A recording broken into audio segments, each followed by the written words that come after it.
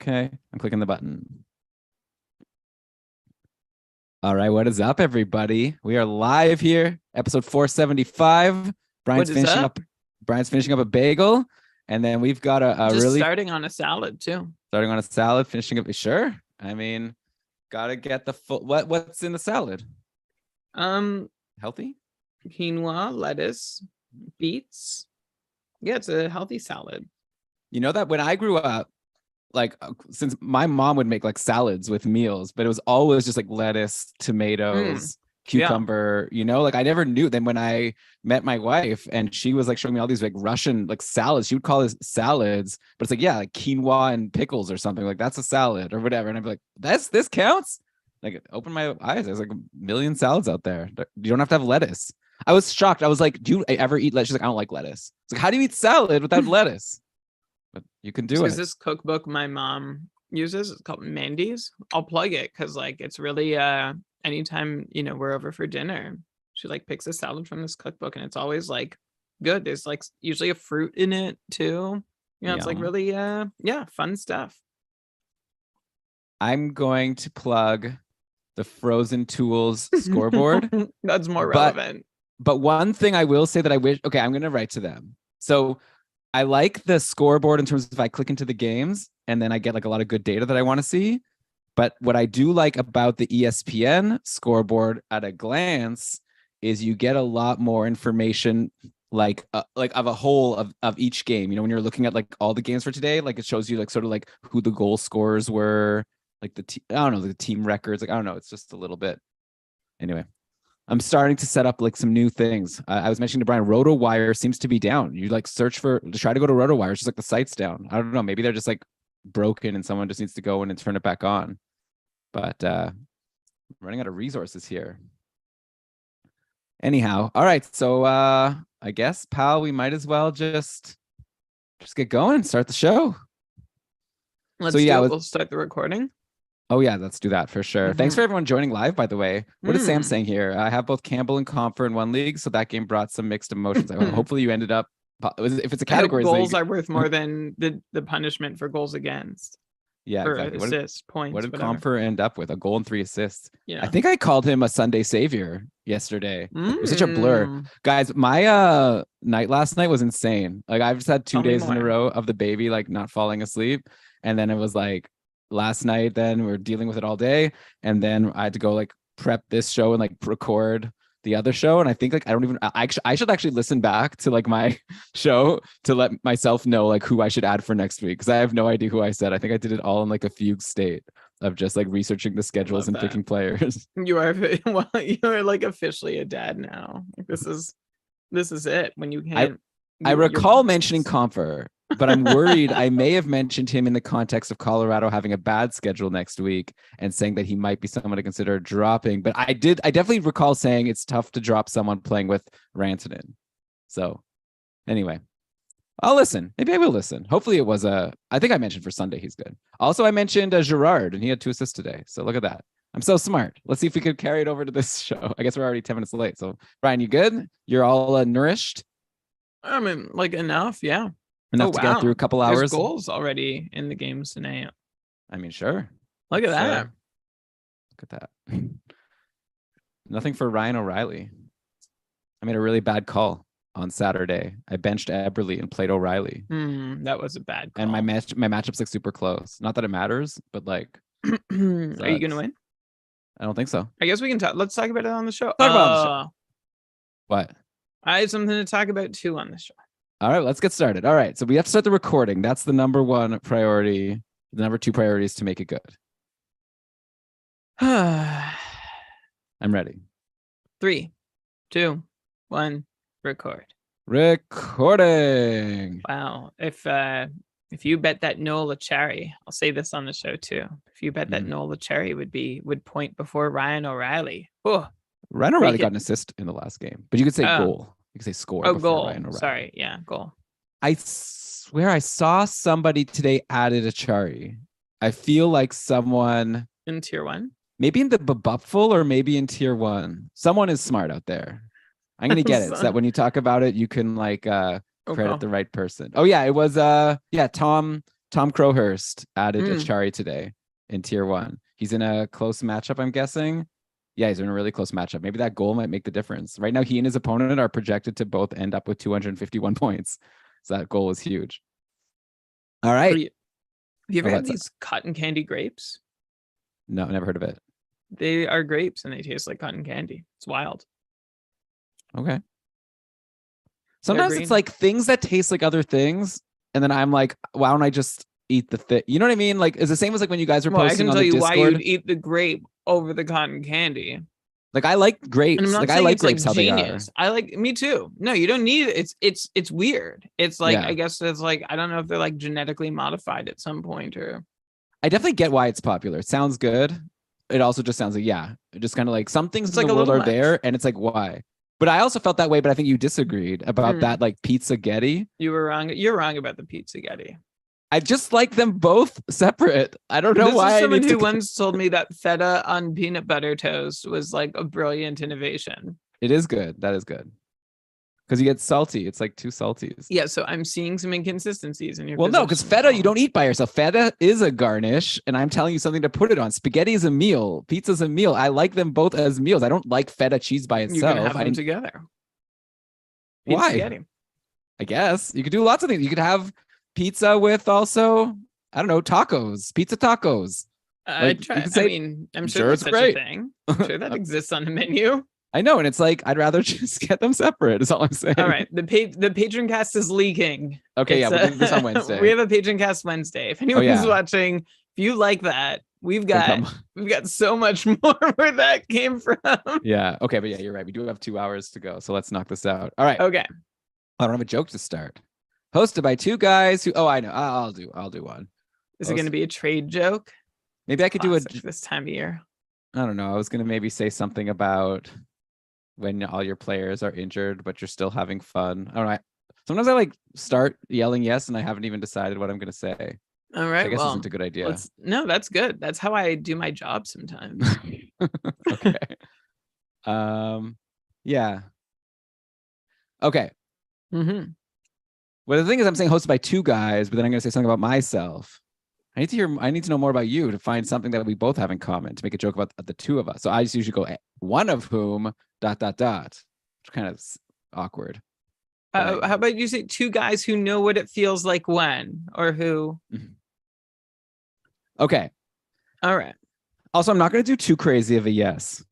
We could talk about this on the Patreon cast, but I was shook a little with some of the feedback in a good way. Oh, I actually meant to check in with you on that. I don't think you should be shook. I know you take that to heart, and I've just had the thought of like a new person coming in. It's a fun bit for the friends of the show. A new person coming in. It's a fun bit for everyone. If they don't like that, they're not going to like the show. Turn on the podcast, you hear a lunatic screaming, and you're like, I don't think this show's for me. If they don't like that, they're not going to like the show. I don't think that's true. I think we have really good stocky takes, and I don't think that a lunatic screaming is I don't think it's so detached from our general all right mood.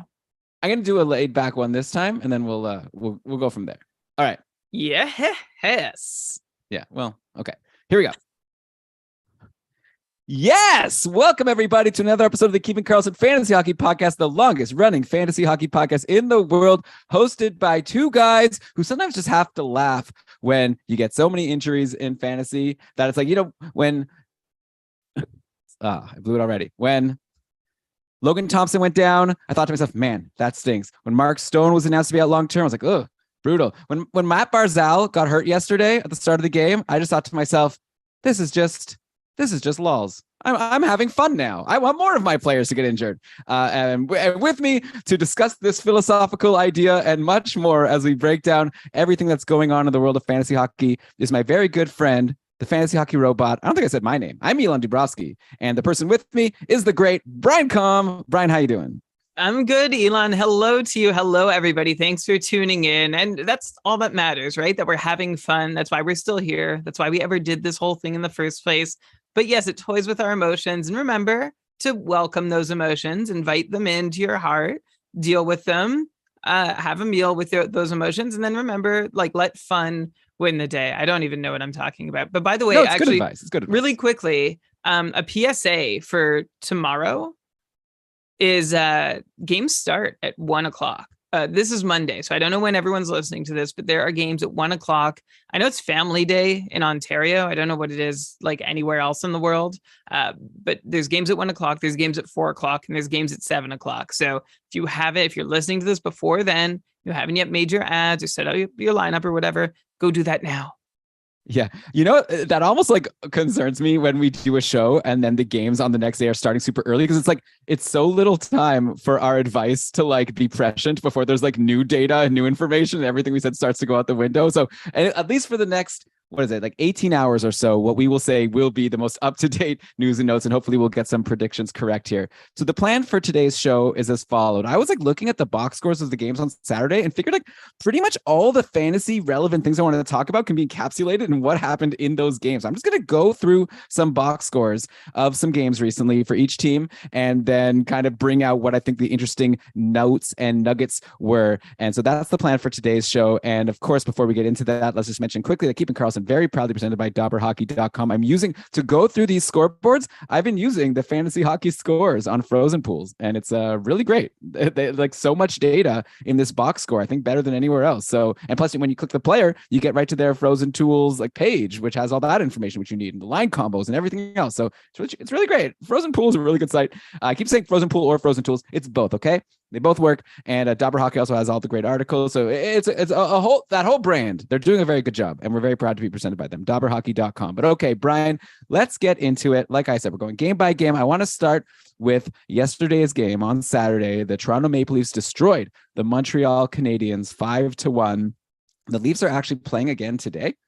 So that's already a little bit out of date in terms of the most recent Leafs game, but now Toronto is currently losing to Chicago 3-2 after the second. But looking back at yesterday's game, that was the first game of recently acquired Ryan O'Reilly in a Leafs uniform. Noel Acciari, who has also been acquired in a recent trade, in the same trade, is playing his first game today, and he's actually scored a goal. So far, it's 1 goal Acciari, no goals Ryan O'Reilly. Though O'Reilly did have an assist in that game on Saturday. He was playing on a line with Marner and Tavares, so pretty good, because a lot of people were thinking that maybe Ryan O'Reilly is going to be better suited to be a third line center, which is very good for the Leafs as they're trying to come up with their matchups against the Tampa Bay Lightning for the first round of the playoffs, but maybe not so great for his fantasy value. But as far as things are going now, it's hard to argue with someone playing center with Marner and Tavares on your wings. Matthews, Nylander, and Bunting stay together. At least have also been running the typical power play without Ryan O'Reilly on the top power play. There's not really much room for him when you have Matthews, Nylander, Marner, and Tavares, and then Morgan Riley as the quarterback. I guess you could go with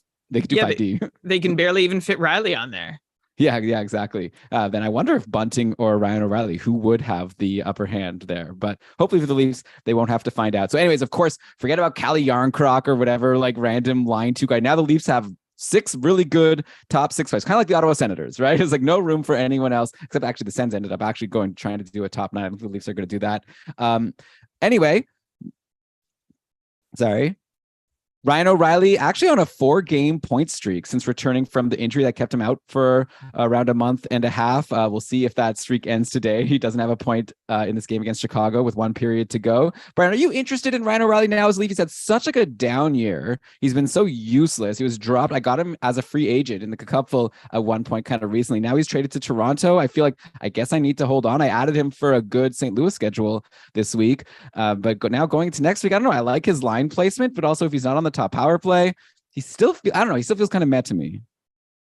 Yeah, I think Ryan O'Reilly is still meh. I think that's a really great way to describe him. He was on this little roll on his way out of St. Louis. He had a 3-game point streak going, which was basically the best production that Ryan O'Reilly had offered all season long. We actually had a question on our Discord server where someone was like, yeah, I streamed him in. I wasn't expecting to hold him, but now that he's on this little run, should I hold Ryan O'Reilly? And we're like, yeah, I guess you could wait and see what happens. And then what happened was he was dealt to Toronto, and now he's in this new situation, like you said, Elon, where O'Reilly is on a good line. But I really see, even on like playing with Tavares and Marner, that O'Reilly could still, like, I feel like maybe even on that line, he's just an Alex Kerfoot type where he's not doing much. Or a Calle Yarncroc. Yeah. Well, I think he's probably in a better position, like more likely to be in this like spot in the lineup for extended time, unlike Yarncroc, who you can never really rely on. Sorry, I keep interrupting you. It's so rude. But Okay. but people are saying that maybe he'll go to be line 3 center. I don't Yeah, even know if he's okay. any more likely than no, Yarncroc to hold that for spot. sure. But for the moment, until he's off, like I'm getting to that too. But like O'Reilly for now is in a good position for assist, and Kerfoot comes and goes also. I like the Kerfoot comp better than the Yarncroc, maybe because it's a centerman as well. Like the upside for O'Reilly is there, but even last year, okay, Ryan O'Reilly had a 60-point pace, but based on the way he arrived at those 60 points, taking into account like assist heavy and with not a ton of shots, he was barely above replacement level in our cupful scoring. That's the Keeping Karlsson Ultimate Patron Fantasy League, kkupfl.com to see all the details. And the year prior that O'Reilly was a 60-point player, he was an 80-point player. But he was above replacement in that case in the cupful, but I think he probably ranked on the low end of values in terms of 80-point players. And O'Reilly shot almost 20% to get up to 80 points as well. So I don't expect to see a whole lot of really great production. If you're in a points only league while he's on the second line, yeah, I'd fill your boots with O'Reilly and see where this goes. His production has dipped the past couple seasons because St. Louis, in part, has flattened out their deployment across lines. They've rolled them more evenly, sharing the load. That's not so different in Toronto, except it's definitely a top 6 in Toronto instead of the top 9 that O'Reilly's been a part of for much of the last couple years. So yeah, I see O'Reilly as being this Kerfoot plus type IMO where he is going to probably produce similar to Kerfoot, maybe has a bit more upside. But as you already mentioned, Elon, as we move closer to the end of the season, I could easily see Ryan O'Reilly being used as a third line center. Like the second line center could be the welcome wagon and the red carpet rolled out for like, welcome to Toronto, Ryan. We're so happy to have you here. Come win hearts and minds of our fan base by producing with Tavares and Marner. And then when crunch time comes and we want to get ready for our first round series with the Tampa Bay Lightning, we're going to really need you to shore up that third line checking role. Yeah, so I think we're both in agreement. Not too exciting. Obviously, like if he's available in free agency, it's a somewhat deep league. You could stream him in, but maybe not someone that you need to like guarantee you're going to hold. Norm brings up a good point in the chat. Maybe the biggest fantasy relevant thing here is that if John Tavares is playing wing, he might get wing eligibility, which would be huge, right? Because he's been center only forever. Could you imagine if you could all of a sudden get dual eligibility for Tavares right before your fantasy playoffs? That could really open up some flexibility for you. Some more things about the Leafs. Matthews is back. He was injured for a bit. He had a goal and assist versus Chicago a couple games ago, 2 assists versus Montreal. He's very good. Not too much to say about Austin Matthews. Still pointless in this game today against Chicago. Here's a fun fact. Going into today's game against Chicago, the Leafs had 3 players tied for point pace. Nylander and Marner, both 65 points in 56 games. It's a 95-point pace. And then Matthews also with the same pace, but fewer games. I'm seeing today, right now, William Nylander has an assist on a Tavares goal, which means currently William Nylander is leading the Leafs in points. And I think if you look at fantasy drafts going into this season, I'd imagine that Matthews and Marner were going pretty well above Nylander. Now it's looking like there's a very good chance Nylander will end up being the team's leading scorer. Obviously for fantasy, Matthews might still end up being a lot more valuable because of all his extra shots, and depends on your league's categories. But in terms of straight up points, Brian, how do you think these people rank? Or let's say points per game, because Matthews has missed games. But like by the end of the year, who do you think is going to have the highest 82 game pace of these 3? I don't know, Elon. Like I think I'm gonna go Austin Matthews, who is struggling his way to a 43 goal pace this season. He hasn't been totally right through the year, but it's been good that after he took those couple games off, he had 5 goals in his next 5 games. And now he's been a little quiet again. He had a maintenance moment before the All-Star break too. So I still don't know that he's absolutely at 100%. And I think the Leafs are going to go easy with him. Like I already sort of cheekily mentioned that the Leafs are playing the Lightning in the first round of the playoffs. This is basically like one of the most preordained matchups we've ever really seen. Like it's set in stone. And it's been set since like December too. Yeah. So it's not even cheekily. It's like we know it. Like the Leafs are clearly making trades so that they can match up against Tampa. Yeah, they have both teams have 4 months to prepare for this playoff matchup. So it's going to make it interesting to actually watch when it happens, but it also it's kind of boring to see, as we said, like it's fun to have a little drama And we're not going to get that. So I wonder how often Austin Matthews plays down the stretch, especially if he's not 100%. I'm sure his managers are eager to see if Matthews can find that level of dominance he had last year after, now that he's sort of on this kind of load management schedule for the time being. So we'll see. I still have to give him the benefit of the doubt, Elon, but William Nylander, I'm glad you brought him up. Like, he's good. Remember in our draft, I was considering like the draft we did a couple weeks ago, I was considering him up there with Mitch Marner. He's earned it. If you're asking me to predict, I am going to go status quo. I'm just going to go Matthews, Marner, Nylander, but Nylander has definitely demonstrated that he's up there with both of them. And I think you could say it's even odds between the three. Yeah, I think it is pretty close to even odds for just actual points. And in terms of fantasy, I think like Nylander should have been drafted ahead of Marner for our cupful rankings. Like Nylander just shoots so much more. I think their points are going to be similar. Nylander's the one playing with Matthews. He's really like breaking out. It's really funny to think back to when Leafs fans were like so upset with him when like he was holding out for a contract, and now he's like has this really nice value deal for a guy that's above point per game. Yeah, it wasn't even just when he was holding out. Like when he was playing, he was like just the media loved to. He was the whipping boy for, well, I don't know, maybe being European was one reason he had a target on his back, but no one liked him. He was always thrown out in trade offers, and yeah, now he's definitely gotten his comeuppance in a positive way. I'll throw out, Elon, just one more concern about Austin Matthews. Just 7 shots over his last 3 games and limited minutes. Oh, sorry, but one of those games is happening right now against Chicago, so I can't count that over at all.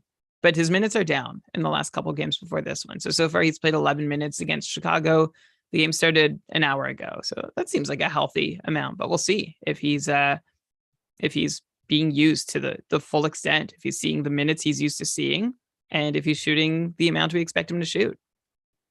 Yeah. Okay. So Matthews, we'll see. I mean, you did an anti-jinx on David Pastrnak like a month ago when you mentioned he had low shots and he went off for a ton of shots in the next few games. Hopefully you just did the same for Austin Matthews for his managers. I'll bring up the goaltending really quickly. Samsonov was sick for a game and Joseph Woll came in on Saturday for that win against Montreal. Played really well, stopping 29 of 31 for the win. Brian, who is Joseph Woll? And I'm curious because I thought Erik Källgren was the backup. Like, assuming that Matt Murray stays out, which I know the GM came out and said like he's going to be fine for the playoffs, but like, okay, we'll see. I don't think so. And maybe it doesn't matter. Samsonov's just going to have to be a workhorse, though he has led in 3 goals today against Patrick Kane and Chicago. Well, specifically just Patrick Kane. He has a hat trick. But yeah, is Joseph Woll the backup now? Is Källgren still the backup? Like, who is like the third stringer, quote unquote, really the second stringer? Because Matt Murray might not play for the Leafs right now, in your opinion. I guess for the time being, with the way he's playing, it's Joseph Woll. You're asking who he is. He is a 24-and-a-half-year-old goalie out of Dardenne Prairie, Missouri. And I'm actually on that town's Wikipedia page right now trying to find notable people. They don't have a notable people section on Dardenne Prairie. So Joseph Woll, the prodigal son, putting the city on the map, population 13,000. There you go, for anybody wondering. Okay, but more importantly, 3rd round pick, 62nd overall back in 2016 of the Leafs. Woll had a successful college career with Boston College in Division I NCAA hockey in the Hockey East. He went to one Hockey East final in 2018. And then Woll's already in his 4th pro season with a .931 save percentage and a 14-1 record with the Toronto Marlies in the AHL this season. He's been called up, a .911 save percentage in 4 games with the big club this year.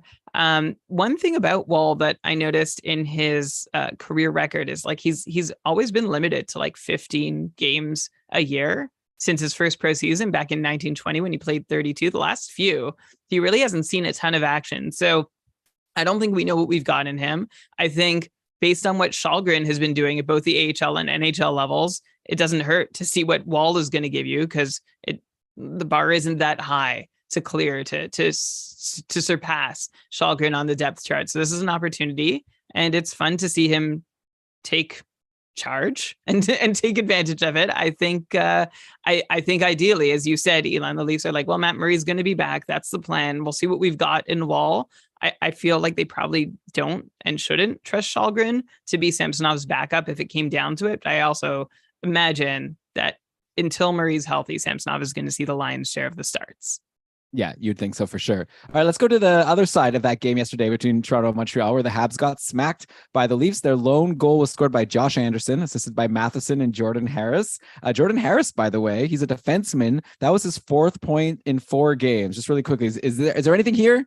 Is Jordan Harris someone that we need to know for 1 year leagues right now, or is this just a clear just a guy on a heater?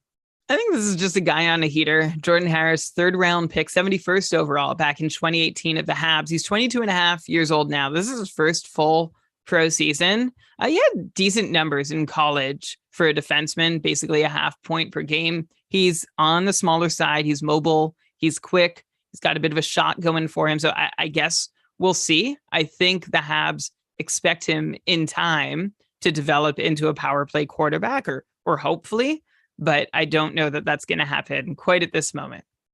Yeah, and I guess Caden Gooley probably will have the leg up on him in terms of who's going to be the top power play quarterback. But we'll see. That'll be in the future when they have Connor Bedard and who knows who else on the team. A rare quiet game for Raphael Harvey Pinard, someone who's been getting a lot of play on our podcast recently and on short shifts. How much leash are you going to give a guy like him? Someone who was like a nobody until just a couple of weeks ago, then went on this great hot streak. Pinard, or Harvey Pinard, I should say, still was on the top line with Suzuki and Josh Anderson on the top power play. He's getting primo deploymento.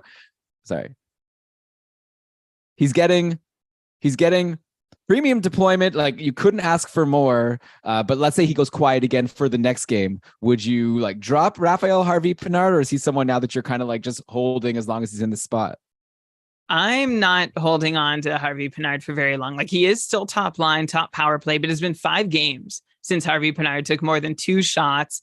More often than not, he's registering just 1 shot. And that's concerning because he only has 2 assists on the season. Harvey Pinard's success has come from his 7 goals that have come on not very many shots. He's got a 33% shooting percentage, scoring on 1 in every 3 shots he takes. And he doesn't take a whole lot of shots. And he also doesn't set up a whole lot of chances. So I don't give Harvey Pinard, or really any Hab, not named Suzuki and maybe Matheson, much leash. I look at Harvey Pinard as more of a 1 game stream option who you can look at to help you for just a night as needed, but not somebody I'm holding on to, waiting for him to step up and really establish himself there. Wow. Okay. I know a lot of people have added him after that hot run. So you're saying that they are free to let him go. If I would give him another game or 2 and kind of see what's going on, just because it's tough to get these top line, top power play guys. But yeah, also think to yourself, if Josh Anderson is available in free agency, I feel like they're pretty similar. So I'd rather Anderson too. I would make that swap happily. Yeah. Though on the top power play, it's Harvey Pinard that's there, but so is Yoel Armia. So, I guess I'm not sure exactly how much value that should hold. I guess one other thing I'll mention on the Habs, remember Jonathan Drouin? Remember how he was super high pedigree guy? Was he drafted 3rd overall, got traded for Sergachev.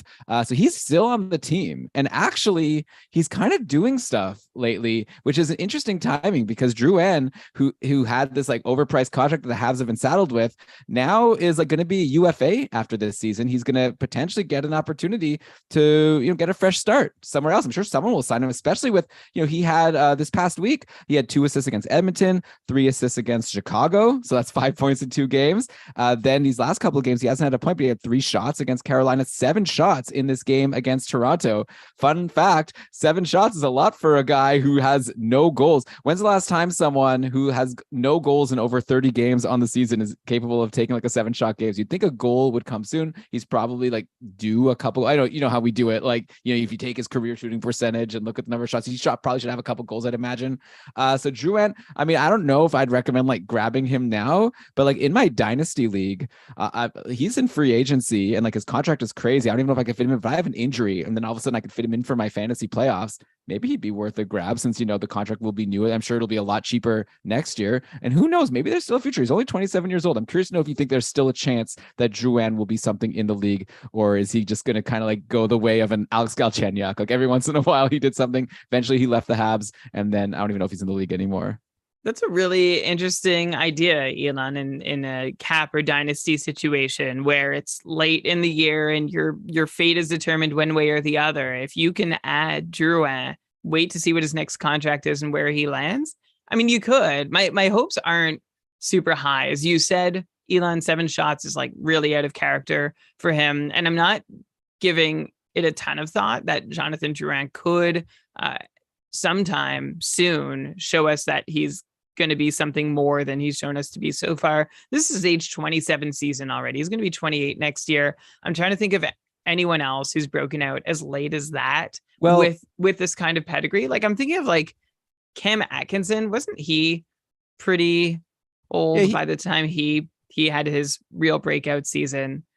Yeah, I think definitely Atkinson did, but I feel like it's also like such a different situation. Like Drouin, had like so many injuries and he had to go into the player assistance program. Like it's really like he hasn't like there were like signs of goodness in Montreal over the years, but anytime he'd get on a hot run, he'd like get injured or something would happen. So I just wonder if is he finally, not to say like it might just continue for the rest of his career, but imagine if he's just fully healthy, able to have a full summer of normal training. Maybe there's something there, but I don't think we should spend too much time on the pod talking about him, but interesting. I'll go back to what I said, which is that I love the thought. I love the idea that maybe he could be rejuvenated. Like I could see him playing a role next year for a team on a cheap contract where not a lot is asked of him, like a middle six role on a quality team that could just use like has the, I don't know, like I'm thinking of like a Boston or Carolina situation where it's like, yeah, we could use you. You've got skills. We'll mold you to be the player in the role you need to fit. You don't need to be the player that you originally drafted as, and he could maybe succeed that way. So I'm interested to see what happens to him in his career. And of course, hoping for the best. He has definitely been through a lot as a pro from the Tampa situation. And I think Montreal has not been a lot of fun for him either, with challenges there too. So all the best to Jonathan Drouin and a cheap contract. And maybe there is an opportunity there for cap and dynasty managers. Yeah, I mean, we'll see. You'd imagine it'll be a cheap contract. Like, obviously, it'll have to be. Okay. By the way, the Leafs played Montreal yesterday. Today, they're playing Chicago. Like I mentioned, let's talk quickly about Patrick Kane and this hat trick he has. Patrick Kane was super cold. He went pointless for 4 games. In his last couple games, a couple goals against the Sens. Now 3 goals against Toronto. This is right as the trade deadline is looming, and he's a pending UFA. It would make no sense for Chicago not to trade him. So now's the time, I guess, to like ask the question, like, should I be trying to acquire Patrick Kane in my leagues? Maybe unfortunately the best time would have been a couple games ago when he was on this cold streak. You might have gotten him for cheap. At this point, are you believing that maybe he's back? Because he's had such a disappointing season so far, but these last couple games are looking like better than what you could have expected. So what do you think rest of season? Or is it gonna be more like of what we've seen, or do you think there's maybe a spark coming after this, I don't know, whatever, hat trick against Toronto? Yeah, Elon, we've been on about Patrick Kane a lot this season, saying that like we started the season saying he's not what he used to be. So even if everything in Chicago was the same as it always has been, expect maybe closer to 90 points than 100 points. And because it's not the same in Chicago as it always has been, maybe expect 80 points. And it's like, oh, well, maybe they're so bad you can only expect 70. And this has all come out to Patrick Kane pacing for just 63 points so far this season. Yeah, 14 goals now in 52 games. I think that includes the ones he's scored tonight in the hat trick. I'm not sure if Rosenthal's updates the career stats live, but in any case, he's got 5 goals on his last 7 shots. So I'm not sure I'm ready to anoint this as things to come. I don't know that Kane has deserved a whole lot better than he's gotten, probably on the power play, just 2 power play goals over 52 games so far. Maybe he's got more to give, but Elon, he could end up in a situation where there's not opportunity for him to give a whole lot more. But by the way, shout out to Max Domi, who's also a trade deadline option for to be dealt, who has assisted on a bunch of Kane's goals lately. But if you're trying to figure out who else is going to get points on Kane's goals, the answer is like nobody reliably. Philip Khrushchev is playing on Kane's line and has for a while now. And I've considered adding him, and he has nothing tonight on Kane's 3 goals. In fact, he had nothing on Kane's 2 goals the night before either. Philip Khrushchev had a goal like back on February 15th against Toronto, but has not picked up an assist in 7 games. Jason Dickinson was briefly played with Kane and somehow has an assist tonight, even though they're not on the same line. So I'm not sure exactly how things played out there. But basically, you got Kane, you got Domi. Maybe you got some random production from like Athanasiou and Lafferty and Dickinson and Khrushchev to some extent. But there's not a whole lot going on in Chicago. Patrick Kane or around Patrick Kane.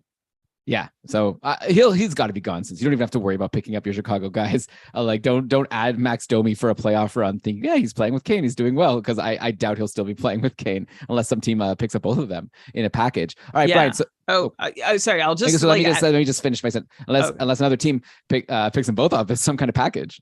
Yeah, I guess like the real best case scenario for Patrick Kane would be like a Claude Giroux kind of edit where he goes to a team that's really good, that has a spot for him on their top power play, and he can just produce at an insane, like unsustainable clip, but at an insane clip for a short period of time and help you that way. I think that's probably the best possible ending to the story for Patrick Kane this season.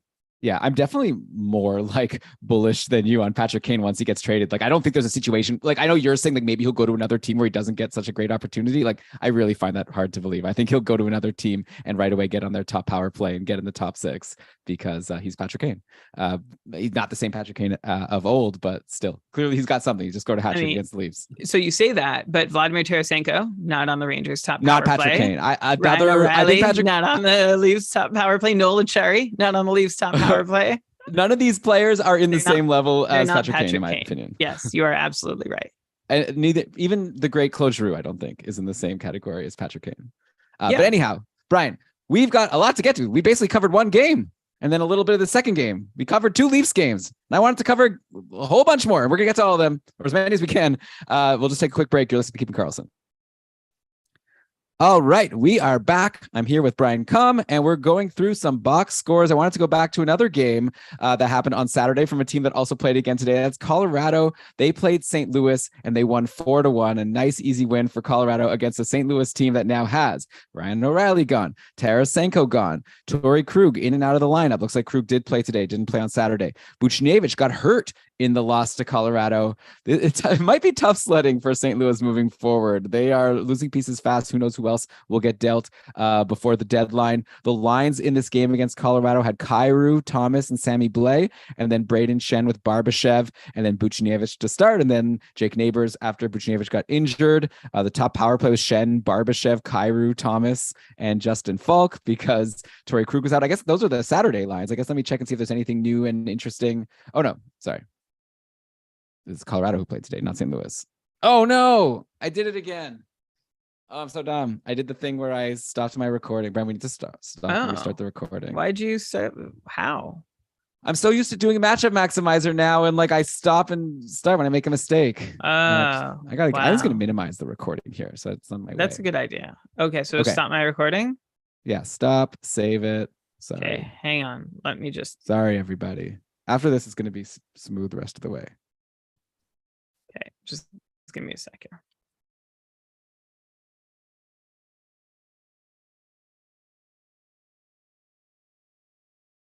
Okay, sorry again. Apologies. Okay, let me open up another recording. Sorry. It's okay. No one's beating you up but you. Don't do that. Okay. You're great. Thanks, Brian. Okay. Like, you're amazing. Okay, that's a bit much. Okay, so let's. I love you. Well, I like you as a friend.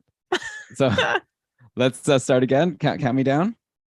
3, 2, 1. Record. Okay, recording. Okay, what was I saying? Oh yeah. Okay, so why don't you just start from out of the ad break?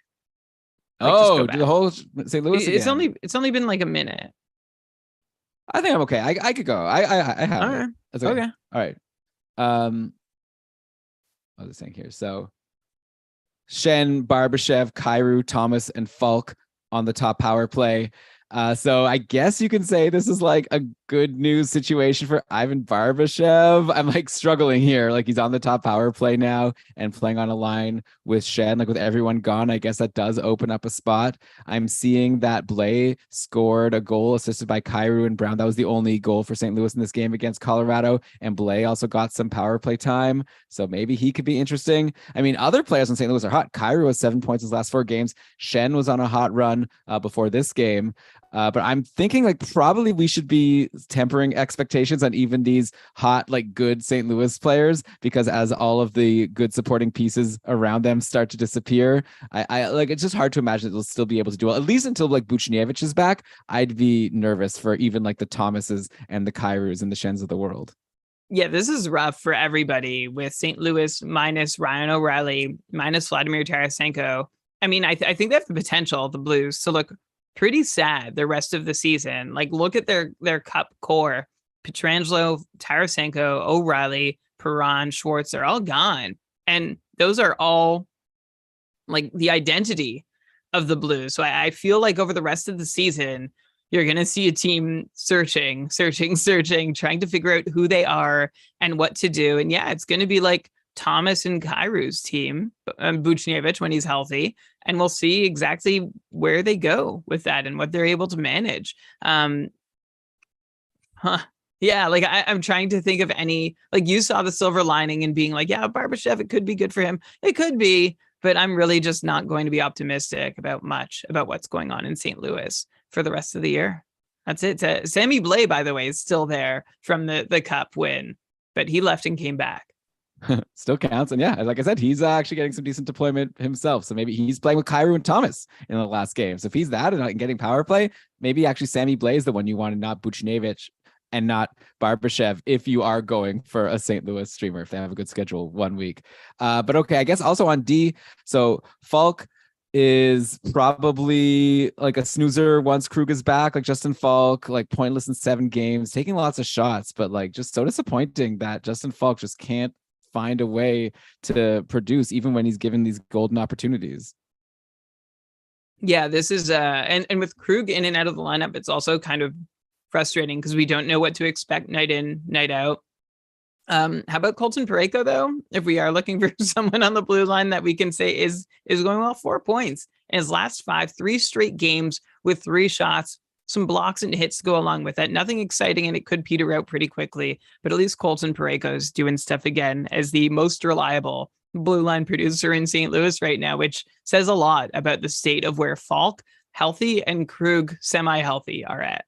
Yeah. Oh man. I think Parayko's in free agency in a lot of my leagues. I didn't even think to look at what he's doing because he's been so disappointing. So yeah, it's probably just not a good sign for the Blues overall. But obviously they're rebuilding. Okay, on the Colorado side, by the way, both of these teams are playing today also on Sunday, I should mention. And Colorado, after having this nice 4-1 easy win against St. Louis, had a bit of a tougher game versus Edmonton today, but somehow they held on for the 6-5 victory over Edmonton in overtime. The winner was scored by Mikko Rantanen. What a stud. Looking at, a couple guys we talked about last week in Nichushkin and Lehkonen, they were on big cold streaks, and a lot of people were asking what to do with them because like Colorado's a good playoff schedule, but these guys aren't doing anything. Thankfully, Brian and I were like, definitely hold on. They're going to be fine as long as they're getting good deployment.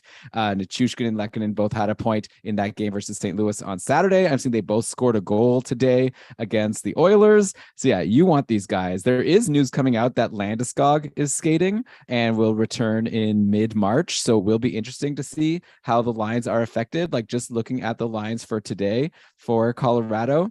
I'm going to just interrupt you because I know you don't plan on talking a whole lot about Landeskog, but where do you draft him next year? Like how to heart are you taking? Like he's basically going to miss the whole fantasy season. So what do you do with that? If he's purportedly healthy, which if I remember correctly, he was going into like some drafts, at some point during camp, news came out, but what do you do? Are you penalizing? Are you bumping him down your draft board at all? Like, let's say he comes back, Landeskog produces the way he always has. Are you still a little gun shy? I mean, it's hard. I haven't thought about it. Like, I mean, I'd like to see what he does. You're saying he comes back, he's totally fine. Just does what he's always done. Yeah.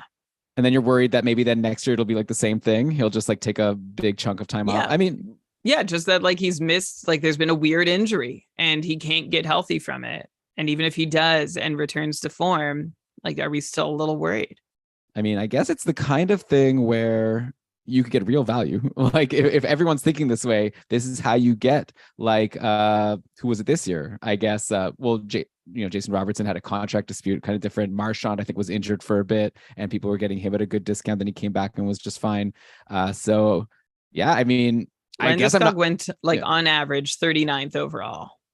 Yeah, so well, that's a mistake, obviously in hindsight. I don't know, Brian. It's hard to answer. I guess it depends how risky you want to be. That's like the kind of draft pick that you can win your league with if you wait. And like obviously, don't draft him at like his like point per game value because you know that there's going to be that risk that he's not going to play. But if he starts falling far enough, then maybe you take a shot. But let's see. Okay, let's see actually what he does. But I wanted to actually look into even the other players on the team because yeah, we have so in today's game, McKinnon, Nichushkin, and Lehkonen. So great spots for Nichushkin and Lehkonen. Again, good job to anyone who was able to hold on through a short cold streak. Then Rantanen with Evan Rodriguez and JT Compher, who now like Rodriguez and JT Compher looking interesting. We're trying to pick out who's going to get bumped. Also from the top power play, that's like the really huge thing. Nichushkin and Lehkonen both there with McKinnon and Rantanen. Obviously, Landeskog will be on the top power play. My guess would be that Nichushkin gets priority. He was there first. I don't know if this is like a first in, last out type of situation, but my guess is maybe Lehkonen gets bumped, but honestly, it's really hard to predict. Do you have any take on, like if you need to start like all these people who are, trying to grab all their Avalanche for this great playoff schedule? Do you like now try to maybe trade away a Lehkonen and get like a really awesome return because even though he has a good playoff schedule, maybe his deployment won't be as good, or do you just kind of still want him because of that schedule? Yeah, I still want him because of that schedule. I'm going to lean on the side that everything is going to be okay for Lehkonen, that there's still going to be opportunities to produce. Like we saw from the second line last year, like Burakovsky and Kadri, like there were a lot of points to be had, all in Nichushkin, of course, all season long in Colorado last year, regardless of whether you were in, like, so long as you're in the top six and like sort of in or around the power play picture, you were good. So yeah, I'm not, especially with a great playoff schedule, I'm not going to jump ship on any of these guys, especially until I see Landeskog back. Right. Like I was going to say at practice with a contact jersey, but like, no, like in a game situation, in 2 game situations, then maybe I'll react to him having returned. But until then, I'm not gonna. Well, by then the trade deadline is passed. So I guess you're just saying to not worry about it. Yeah. Yeah. Okay, fair enough. Okay, but I wanted to mention the D on Colorado. Holy cow. There's like, is there another team that has like 4 defensemen that are not only fantasy relevant, but just like super hot like this? Like Sam Girard is the most interesting because he's available in the most leagues. He had 2 assists in that game on Saturday versus St. Louis, which brought him to 9 points in his last 9 games. Another 2 assists today. So it's like now 11 points in his last 10 games. Unbelievable for a guy that's been available all over, probably getting snapped up. Brian, he's actually still a free agent though in some leagues that I'm in. Like, is it like crazy to just like, so Colorado only plays Friday, Saturday next week. So if you grab Girard now, you're waiting a long time. But again, with that playoffs, maybe it's worth it to just jump on him. I'll also mention Bowen Byram. He had 2 goals in the game against St. Louis, an assist today. So he's running hot. We've got Devon Taves. Unfortunately, Makar out of the lineup today. So Taves got back on the top power play, which is always like a very great opportunity. He had an assist today, 6 shots. So yeah, but Taves isn't available anywhere. Byron probably not available. I'd imagine if he is, you're going to say definitely get him. And then Girard, is he also someone at this point that you just got to go at him even if the schedule isn't that great next week? Yeah, I think so. I mean, with the schedule not great, you got to do the calculus and decide how much is going to impact you. If you're behind in games played, you might not want to go Girard. But if you can wait and be okay with that, yeah, I would. I mean, we see this happen a lot in Colorado, right? Like, especially with Byron and Girard. There's lots of goals to be had, lots of points to be had. And with these guys, it's never totally sustainable, but you enjoy them while they're going off. And when they're done, you say thanks very much and be on your merry way. Yeah, and I guess I did kind of like just skip over the Makar thing. He came back and now he's injured again, and it's head related apparently, according to Coach Bednar. So, well, or no, wait, so sorry, the Peter asked. Yeah, right. Peter Baugh, the beat writer, asked if it's head related, and Bednar said not at this time. Not at this time. That's a weird way to answer. Is it it's not head related at this time, but in the future, it could potentially be head related. We're like, yeah, it doesn't make sense. So I guess we'll just hope for the best for Makar. Like this has got to bump him down draft boards for next year, though. Like this is Makar through his career has been missing time here and there, like 9 or 10 game stretches, and this season has been even more off and on than any of the others. So I think, especially like with another likely deep cup run ahead, that maybe he isn't drafted so early because you're going to have to be ready for him to miss time. It's maybe a little predictable. Can I talk about someone else on the Avs, by the way?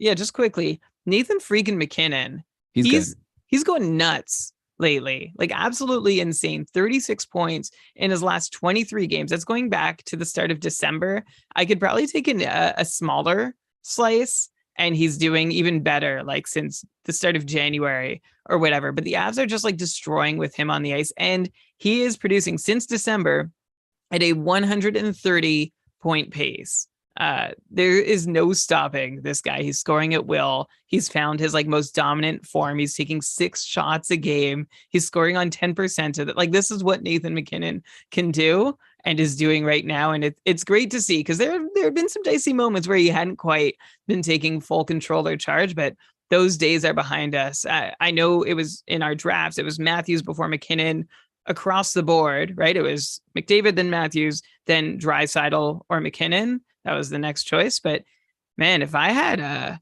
Austin Matthews, I would try and deal him for MacKinnon. I don't think I have MacKinnon. I wouldn't take that offer. But if you could try, it might be worth a shot. No, I think I'm with you, man. 9 shots today in this win over Edmonton, a goal, 2 assists. And MacKinnon is insane. I'd take him over Matthews at this point. Just go for, but if you can pull it, I guess you might have to be trading with a Leafs fan to pull that off. I'll mention another thing about Colorado is Pavel Francouz. Unfortunately, is out 3 weeks with a lower body injury.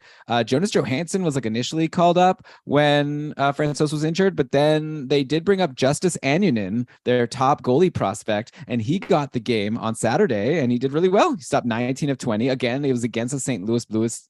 It was against St. Louis Blues team that is looking like maybe one of, it's like, you know, like we have to readjust now to like thinking of St. Louis as like one of those like weaker teams in the league. But maybe it'll take a lot of us a little while to really like get there. But I think you're getting to a point now where you want to like start your goalie against St. Louis because it's going to be a really good chance to win, especially with Buchnevich out, like I said. But not to take away anything from Annunen, a great game, and he is their future. And like Francouz has had some injury problems, so who knows if maybe by even next year, Francouz gets an opportunity. Obviously wishing the best for Francouz and he'll be back. And then they still have Georgiev and Francouz under contract for another year. But Annunen is definitely someone, again, for your cap leagues, he's someone that you're going to be interested in because Colorado is going to be still good for a really long time, it looks like, and he might be their goalie at some point. Yeah, at some point. I mean, right. We don't know. For now, he's in a decent spot. He's there to give Georgiev breaks. And maybe into the future. Like, I don't know, Elon, I don't see him as being like this sure shot, gotta be goalie of the future for Colorado, but I still like the way you're thinking. Is there anyone else you have in mind or just kind of like, well, yeah, I mean, it's hard to I just don't know that he's like totally up to the task. And like Georgiev wasn't in the Av system, right, at all. And neither was Kemper. Like, they've been importing goalies for a while. I'm sure they'd prefer to have a homegrown one, but I'm not sure Annunen his not that he should have by now, but I'm not sure that he's really given such a strong indication that like he is going to be the guy. I think he's got a shot because he's on the team now. He's developing with the team, but I don't know that he's locked in any sense. Huh. Okay. I guess it's a good question for a Colorado beat writer. My sense is that he is like supposed to be like their big goalie prospect. I think he won like the AHL playoff MVP. I don't know. He had a really good playoffs last year. I know that in the AHL. Anyway, whatever. We'll find out. We'll talk about this in this offseason. Let's go to another game here. Man, we're not pacing very well for this podcast. That's okay. We're having fun chats and we'll get as far as we get. We're trying to give you the interesting tidbits. But let's take another quick break, actually, and then we'll get back to talk about the Bruins and the Islanders and another blowout. So we'll be back in just a sec. All right, we are back, Brian, continuing to go scoreboard hopping here. And yeah, on Saturday, the Bruins killed the Islanders 6-2. They killed them in more ways than one on the scoreboard and because they hurt Matt Barzal, which basically kills like the Islanders' chance. Like they traded for Horvat. They've signed him long term, so it's not only like they gave prospects to get him just for this season at least. But yeah, for this season, I definitely think that things are not going to be very good if Barzal is hurt. I don't know if anyone in the chat here has an update. As far as I've seen, there hasn't been an update, so we'll have to see. He got hurt in the first period, didn't come back. Lots of line juggling once Barzal was hurt, but one key thing that we saw was that Kyle Palmieri jumped to the top power play in Barzal's stead to play with Lee, Nelson, Horvat, and Dobson. Of course, Palmieri was on that top power play before Horvat came to bump him. So we talked last week about Kyle Palmieri and how he had been on a good streak and on a good run. But then I was like, now with Horvat here, is he worth holding because he's not on the top power play anymore? And you're like, yeah, you could probably let him go. Now that Palmieri's back on the top power play, maybe he's someone you got to take a look at again, right? He had a goal in this game against Boston, 5 shots. So what are your thoughts currently on Kyle Palmieri? Maybe I'll pair him with Bo Horvat himself, pointless in 3 games now. And if Matt Barzal is out, that's got to hurt Horvat's value, because that was looking like a really nice 1-2 punch. So obviously you still want Horvat over Palmieri, no question about that. But yeah, curious to get your take on both of these Islanders. Okay, yeah. Well, starting with Palmieri, there's a bit of an opportunity for him, and we've seen that he hasn't completely lost it. So this is a chance for Palmieri to be back in the conversation. We already said he'd been upgraded from ignore to streaming territory, and now, yeah, he's sort of between streaming territory and fringe roster. So let's watch and see what he does with the opportunities he has. If he's asked to step in and fill like an actual offensive role in Barzal's absence, that would be great. And I think he's someone that is good to keep your eye on. So good call, Elon, on Palmieri. As for Horvat, yeah, it would definitely hurt if Barzal is out. They seem to have some chemistry early on. Things were going well. And then Horvat is going to, like anyone else on Long Island, is a downgrade to play with from Matt Barzal. But keep in mind, Bo Horvat has produced with less. For example, last year in Vancouver, he had a fantastic year playing with his most common wingers, Connor Garland and Tanner Pearson, who, like, I'm not trying to like throw a whole bunch of shade on them, but they are not necessarily top 6 material on every team in the league. So Horvat can work with them. I think he can work with what's still there in Long Island. And unfortunately, he has gone a bit cold. But remember, Elon, this is what I was saying last week. He's been unsustainably hot all season long. He gets to Long Island. He keeps crushing it. He's going to stop at some point. He's going to slow down at some point. Unfortunately, it's totally stopped for 3 games. Not to say it can't come back, but I would still be surprised if he continued producing the rest of the season at the rate that he's produced so far this year. Now it's going to be harder to tease apart the impact if Barzal's out for any length of time, if it's because he's not playing with Barzal or what exactly. But this is what I was expecting regardless of Barzal's presence from Horvat. So Horvat, better with Barzal, but still not as good as his last 45 games, regardless of whether Barzal's in the lineup. Yeah, fair enough. Yeah, maybe even Horvat now is wishing he. Oh, it's just going so well. It's frustrating. These injuries. I searched on Twitter for some Barzal updates. No updates yet. A lot of funny gifs from, I guess, Islanders fans of people impatiently waiting for news and getting frustrated when there isn't news and people being very nervous. So yeah, obviously Islanders fans who were hoping that maybe they'd have a chance to go on a playoff run. This is going to hurt them if Barzal's out hot long term. But obviously the short shifts guys, Lewis, Shams, Jeremy, will have you covered with the latest updates when we get them. So let's go to the Boston side of this game. Boston again was the winner, 6-2, destroying the Islanders. Jake DeBrusk is back. That's the big news over in Boston. He had a great game. He had a power play goal and also an assist, back on that line with Marchand and Bergeron, which left Pasternak, Zacha, and Krejci together, which meant Taylor Hall back on line 3. I'm not even going to bug you about Taylor Hall again. Too boring to talk about. All to say, Hall obviously not on the top power play. It was DeBrusk there with the big 4 names on that top power play. So yeah, I don't even know. There's nothing like really in terms of advice. Obviously, like Jake DeBrusk is in an amazing spot. He's been having a great season. We like him, right? He's probably going to keep this up, and you can't get him in free agency. If you could trade for him, I would. I'm really high on Jake DeBrusk, but unfortunately, it's probably not advice that anyone could act on at this point. No, it's not. Unfortunately, Jake DeBrusk, like, I've looked ahead to my matchup next week in the Cupful. Jake DeBrusk is on my opponent's roster, so I'm disappointed that he'll be back and active because, yeah, Jake DeBrusk has finally broken out because he was finally given an opportunity that he hadn't been given year after year by other coaches like Claude Julien and even Bruce Cassidy. So it's great to see Jake DeBrusk be reliable and dependable as a high-end scorer. I assume he'll continue doing that. Yeah, and then I guess we should mention Pavel Zacha scored a goal in this game. He now has 8 points his last 9 games. He's obviously a solid option on that Pasta and Krejci line. Though, like, I feel like at this point, like, I'm into Zacha now because he's on a hot streak, but I still feel like he's not someone, you hold long term. And I think now we have to put Krejci in that same conversation, right? Krejci's not on the top power play. He's on the same line. He's gone cold lately. Only 1 assist in his last 4 games. I was on one hand, I'm going to be saying like I'm interested in Zacha, and like I'm going to ask you if Krejci is like a snoozer, but like actually I think they're the same. It's just like I had them both in different levels, like going into asking this question. So now I just feel like they're at a similar level where maybe you just prefer Zacha now because he's hot, but eventually like maybe both just end up in free agency. I prefer Krejci. I see the comparison you're making. I think Krejci is just less likely to totally fall off than Zacha. Like Zacha has been like scorching hot and then just gone, completely useless. The second you, like, especially if you're late to the party, like, oh yeah, I've got Zaka for this great schedule for Boston coming up. This happened to me 2, maybe 3 times this season, where David Krejci, his downside seems to be less intense. Like Zaka can fall off the map completely. Krejci should still be there in some respect. But we've mentioned that Krejci himself, as awesome as he's been unsustainably awesome this year. He's scored just 2 times in his last 24 games, which is normal for David Krejci, right? He doesn't score a lot. But the thing is, even without scoring for like the last quarter of the season, he's still pacing for 20 goals on the year. That's just 3 off his career high. And that's thanks to him shooting nearly 20% at 5-on-5. So a lot of goals that he's picked up so far to be pacing at 70, like just over 70 points right now at the moment. So a lot of goals have helped. A lot of assists have helped too. And it helps when your teammates are shooting above 12% at 5-on-5, which I don't expect to continue being the case for David Krejci. I love the guy, but I would expect him to be closer to a 60-point pace rest of season. I think that's more likely than the 70-point pace that Krejci has been on to date.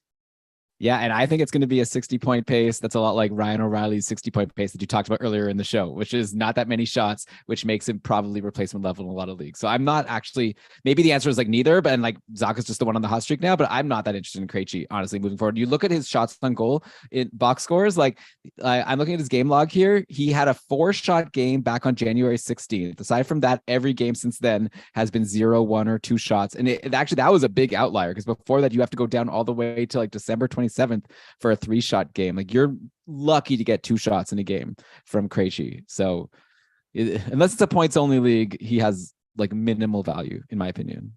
Yeah, well said. Okay. Do we need to talk about Nick Foligno, Brian? He had a goal and an assist in this game versus the Islanders. Also 2 assists versus Nashville. He hits a ton.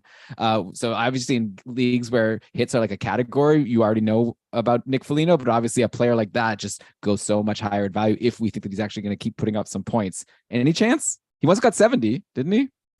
Elon, this is where, look, I don't know the reference that I'm about to make. Maybe you do.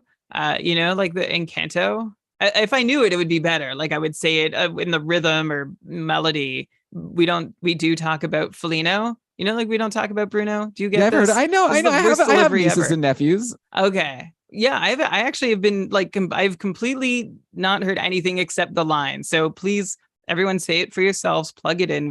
We do talk about Foligno, but only for 5 seconds. He's had a good couple games. That's it. Bottom 6. I'm not... there's some guys coming down the pipe later in the show who are like equally unimpressive or uninspiring that I would prefer to Nick Foligno. Okay, so point that player out when we get there.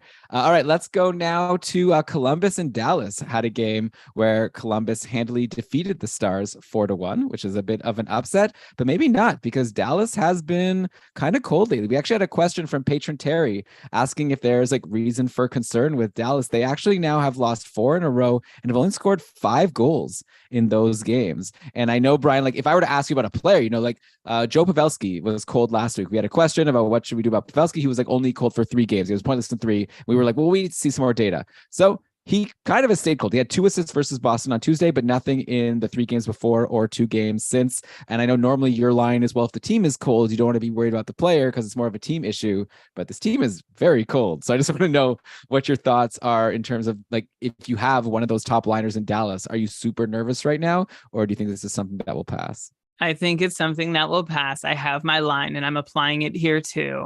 Dallas is just 5 goals in their last 4 games. Those 5 goals have come on 119 shots, which means the team is shooting 4.2%, which is like unsustainably poor. Also in these last 4 games, they've only had 7 power play opportunities also, which I feel like they could reasonably expect at least 2 per game, hopefully more. And they're not getting those either. So low shooting percentage, few power play opportunities. I think the Stars, the Dallas ones, have just been unlucky. And if Pavelski is still cold, Elon, when the team shooting percentage regresses back to normal, then we'll talk about him. I'm just going to keep on adding conditions to avoid digging into because I don't see anything wrong. That's fine. Yeah, there it is. That's good. That's okay. You made a lot of Pavelski managers happy by telling that. Yeah, that's good to hear that Dallas is just kind of being a little snake bitten and not like just totally falling apart. Let's go to the Columbus side, the winning side of this game. Brian, Eunice Corpusalo. Oh my God, he's so good. Like, he had such a great game. He stopped 28 of 29. Earlier in the week on Thursday, Corpusalo stopped 37 of 38 versus Winnipeg in a win. His last game also against Toronto was also really good. He took a loss, but had a 927 save percentage in the game. Like, I'm way past asking you about like is he now the starter over Elvis Merzlikins? Like, that's clearly been decided, I think, at this point. My question is more just like, should people just be rushing to grab this guy if he's still available? Because I feel like you think like, oh, Columbus, they stink. Corpusalo, like, who's he? He's, let us down so many times. But I feel like at some point we have to start buying into him, right? And this season is going he's up to a 913 save percentage on a really weak team. I'm pretty into him. And he's also, by the way, like Drouin, like a UFA at the end of this year. So it'll be really fun to see if he's earned himself like a big payday after this really hot stretch. Yeah, well, the Blue Jackets had decided that Merzlikins was going to be their goalie of the future and that they just needed another year to sort of bridge Tarasov and develop him and be ready for the NHL. And that's why they kept Korpisalo around as kind of like a steady veteran presence. And yeah, he's gone and done what he's doing this season, which is taking the starting job and earning probably a better contract than he would have gotten at the end of the season based on his career to date, which has not been great for Korpisalo. This season has been good. All right. I'm not gonna, it still had this like on and off pattern for Korpisalo where he's rarely stringing a couple good starts together. Like, this is just the second time this season that Korpisalo is having a stretch where he's putting up great numbers in consecutive outings. Otherwise, he's very up and down, good, bad. And if he's going to go on a run, it's more often a bad run than a good one. But this season for Korpisalo is now the first time since he was a rookie, when he was the tender age of 21 years old back in 2015-16, that he is outplaying his expected numbers at 5-on-5. Now Korpisalo is an old man at 28 years old, and he's outplaying his expected numbers by almost 10 save points. That's basically a 945 is what he's putting up versus the expected 935 in Fenwick save percentage at 5-on-5. So yeah, this has been, even with a lot of hot and cold, still starts and stops through the year for Korpisalo, he's been really good on a team that's hanging him out to dry on a regular basis. So yeah, Elon, we have Andy in the chat just asked if he should drop Spencer Knight for Korpisalo and to talk him off that cliff. No, Andy, I'm not going to talk you off that cliff. I think you should have done that yesterday or last week. It's now's the time to have Korpisalo. Like, if you were someone who was ready to accept somewhat inconsistent Merzlikins on a bad Columbus team, you've got that. His name just isn't Elvis Merzlikins. It's Eunice Korpisalo. Yeah, and Columbus is actually playing today. We're not going to have today's data. The game just started against Arizona. But looking back to that game yesterday, I should mention Adam Boqvist, another guy kind of like Korpisalo, who I'd sort of given up on, which is maybe unfair because Boqvist is obviously even not an old man like Korpisalo. I think Boqvist is like 22 or something. So he had a goal versus Dallas, bringing him to 4 points in his last 3 games. He is on the top power play on this team for the rest of the year with Werenski out, and he was the 8th overall pick in 2018. So maybe he was just a slow starter, but maybe Adam Boqvist is actually breaking out. And like Korpisalo, he's someone you probably want to get on your team right now. Like top power play quarterbacks, defensemen don't grow on trees. They're hard to find. And Boqvist is probably available in a lot of your free agencies, and he's doing well now. He is. I would be surprised if this is really the start of something new for Boqvist, though. I'm a little more open-minded on Korpisalo, where this is a moment he could really build on. And for Boqvist, I'm just yeah, this seems pretty random.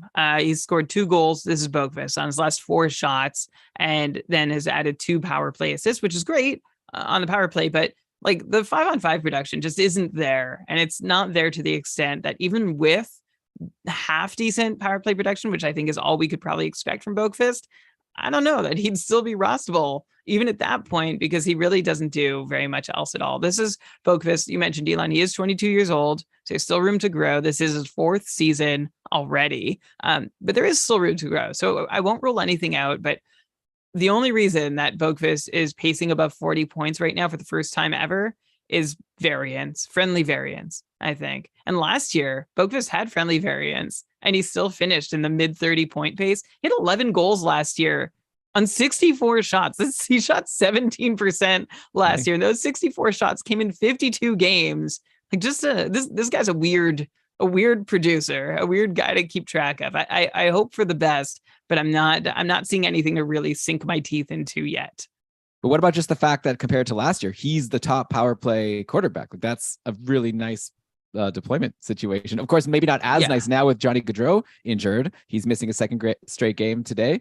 I don't think we know the extent yet of how bad that is, but still, I mean, like I said, top power play guys, I think I'd grab him. I grabbed him in a couple. But Boqvist has had turns on the top power play and not done a whole lot with it. And of course, like he's there only temporarily because Werenski is going to be back eventually. Yeah, I get your point. Like, he's done it. He's had opportunities before. Like in Chicago, he had opportunities when he was like a teenager.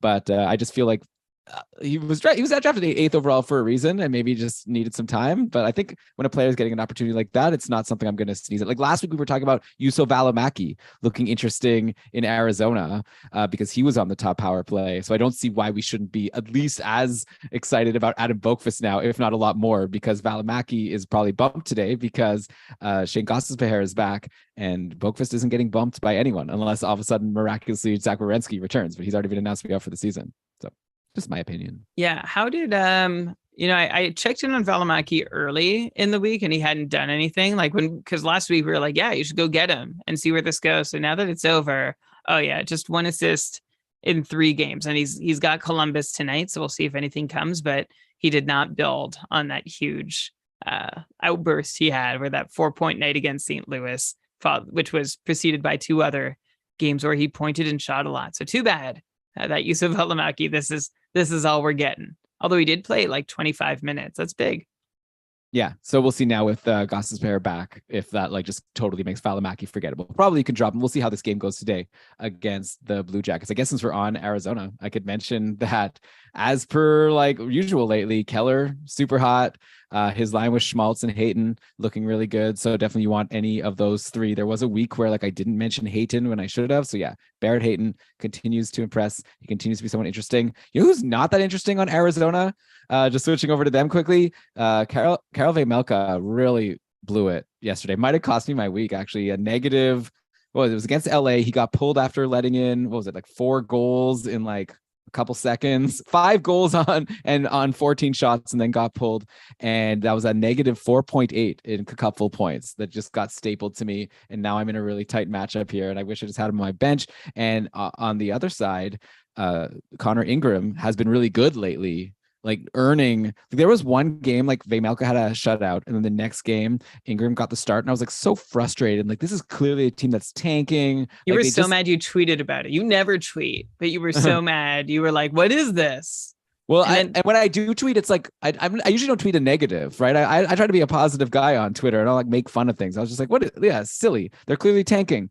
Since then, like, Ingram's been great every single game. Vejmelka's had some good games, some bad games, but at this point, it totally makes sense that Arizona should go 50-50, which makes me like, there was a stretch before where Vejmelka was on a cold streak, and we were kind of like saying, I think I'll hold on because he's still going to get the volume. I don't see any reason why Vejmelka will get, because even if he was good, we're seeing that Arizona would still be giving Ingram half the games. So I think we're at a point now where probably you drop Vejmelka and maybe you're interested in Ingram, at least for spot starts if he's out there. He's been really good lately. We'll see how he does today against Columbus. Yeah, Vejmelka goes back to a spot start. It's not like all is lost. Like before this collapse against LA, Vejmelka had like 935 save percentage. The game before was bad. But all the games before that, a few games before that, 943 shutout St. Louis. Everybody crushes St. Louis. 972 save percentage against Vegas. Like, Vejmelka has still been largely good. Like, he's been good for the most part. But yeah, he's been trading games with Ingram since basically mid-January. So if you're looking for volume, where Vejmelka was like, yeah, you go get him, you take the blow, you take the bad with the good, but there's mostly good. Now it's not that scenario anymore. So Vejmelka goes back to spot starter status, and Connor Ingram enters in spot starter status as someone to kind of always have ready and available on your watch list. Yeah, I think that it's Yeah, like definitely you're right. Like Vejmelka has been fine, but if it's going to be 50-50, it's really hard to roster someone like that, especially in a league like the Cupful where, volume is king because it's just total points at the end of the day for fantasy points. Brian, okay, well, we've gone through a bunch of teams. I still have a lot more I want to talk to you about. So good thing we're still going to hang out for another hour or so, but that's going to make it the end of this episode of Keeping Karlsson. So hope you've enjoyed part 1, and we're going to drop another episode in your feed pretty much like right after this one. So all you need to do right now is go and check your next episode. If you're like, oh, now I have to go click back into the website where I went to go and listen to this. It's podcast, man. You subscribe and then you just get these things automatically. So please subscribe to Keeping Karlsson to get this. I did a matchup maximizer show yesterday looking at next week's schedule where I think I dropped a I let you know which teams have good schedules and the players I think are good on those teams. I think it's a very valuable tool if you're in a head-to-head matchup to check out my matchup maximizer every Saturday. Shams, Ben, Shams, Lewis, Jeremy, crushing it on short shifts every week. So you want to be subscribed to our feed. Hopefully you've been enjoying it. By the way, we'll take some tweets. We'll take some feedback if you have thoughts on things we could be doing better, on our feed. But yeah, please subscribe and you'll get this next episode, which we'll be recording shortly. So we'll talk to you soon. Okay. Episode 2. Let's do it. Third period. Fourth period. No, game doubleheader. Fourth period. Yeah, we're starting the next game. It's game 2 now. 19th hole. Okay. First overtime. Yeah, this will be single overtime, double overtime, triple overtime. Okay. Oh, there was such a funny golf line on this show I watched yesterday. Like, I rarely laugh at this point. I rarely laugh at this point. Do you laugh when you watch TV, Brian? Like, is there even if there's something funny, do you laugh or just kind of like, that was funny? Like, I enjoy it. I just don't laugh. Not often. It shows that, it doesn't happen that often. So I was watching the show. I'll just say. What show? It's called What We Do in the Shadows. It's this comedy about vampires. Yeah. It's really funny, and it's on Disney Plus. So, anyways, so there was the main vampire Nandor is his old assistant came back. He's so old now, and he's wanting to show. He just wants regular assistants that do vampire assistant stuff. And the guy was showing him a picture of his grandson playing golf. He doesn't want to see it, and he was like, "Oh, look at him. He's he's a young tiger," and he couldn't remember. And then Nandor was like, "Woods, it's Tiger Woods." Then he turned to the camera, he's like, "I don't even know what Jolf is, but I know that it's Tiger Woods." I just lost it. That was good. All right, let's do the show. Golf is fun, I guess. I don't really like it. One day I'll probably like it. Seems like something that as you get older, it calls to you. Apparently. I don't know. That's maybe Brian, one day we should have a corporate we have a corporation for Keeping Karlsson now. It's called Brelan Entertainment. And maybe we should have a Brelan Entertainment corporate retreat and go golfing in where do people go? Like Florida somewhere. Yeah. Okay. Expense it. But expensing it just means that it doesn't mean anything. Well, it means we when we report our income to pay taxes, we can take off, we go on a golf trip and then say that our income was less. I think that you can do that. Isn't that how it works? I don't expense think so. it. We pay tax on our income. I think when you expense something, you pay for something in personal funds and you expense we're going to pay for it we're going to pay for it with company funds. And then we're going to say it was a business trip. That was an expense. It's we paid for the corporate retreat out of business money. So then it's an expense, a business expense. This is great, man. You work this out and get back to me. I think I have, but okay. And we can invite the patrons, but they have to pay. I mean, we're not going to we're going to spend, we don't make that much money. We really thank the patrons. We make $5 a month from each patron and we give them a ton of perks and we hope they enjoy it. But it's not enough to pay for a golf trip for all the patrons. But you and I could go on a golf trip probably. I mean, if we could arrange a golf trip where everyone could only pay $5, that would be amazing. Yeah, a month. I think everyone could take turns taking one shot and we'd all walk the course together with one rented set of clubs. Yeah, and we'll all go on one plane seat to get there. Yeah. Okay. Yes, welcome back, everybody, to part 2 of this episode of Keeping Karlsson Mega Show, where Brian and I are looking at scoreboards and discussing the fantasy impacts. Brian, I had a blast talking to you in part 1. We talked Columbus, Dallas, Boston, Islanders, Toronto, St. Louis, and we just scratch the surface of all of the interesting fantasy news and notes from this past week. So I'm ready to jump into part 2 if you are. How are you feeling after that jam-packed part 1? I'm feeling great. I'm glad you had a blast. I had a blast too. I hope our listeners had a blast. So how about we blast off into part 2? Did you just make this up right now, or is it something you've had in your pocket? I've been workshopping that for like 2 months. Worth it. That's amazing. Thanks. Okay. So let's talk about this game that happened yesterday between the New Jersey Devils and the Pittsburgh Penguins. The Devils, I feel like every game actually on Saturday was like a blowout. It wasn't actually a fun day of hockey, but there was a lot of like interesting fantasy nuggets. So it's fun for me.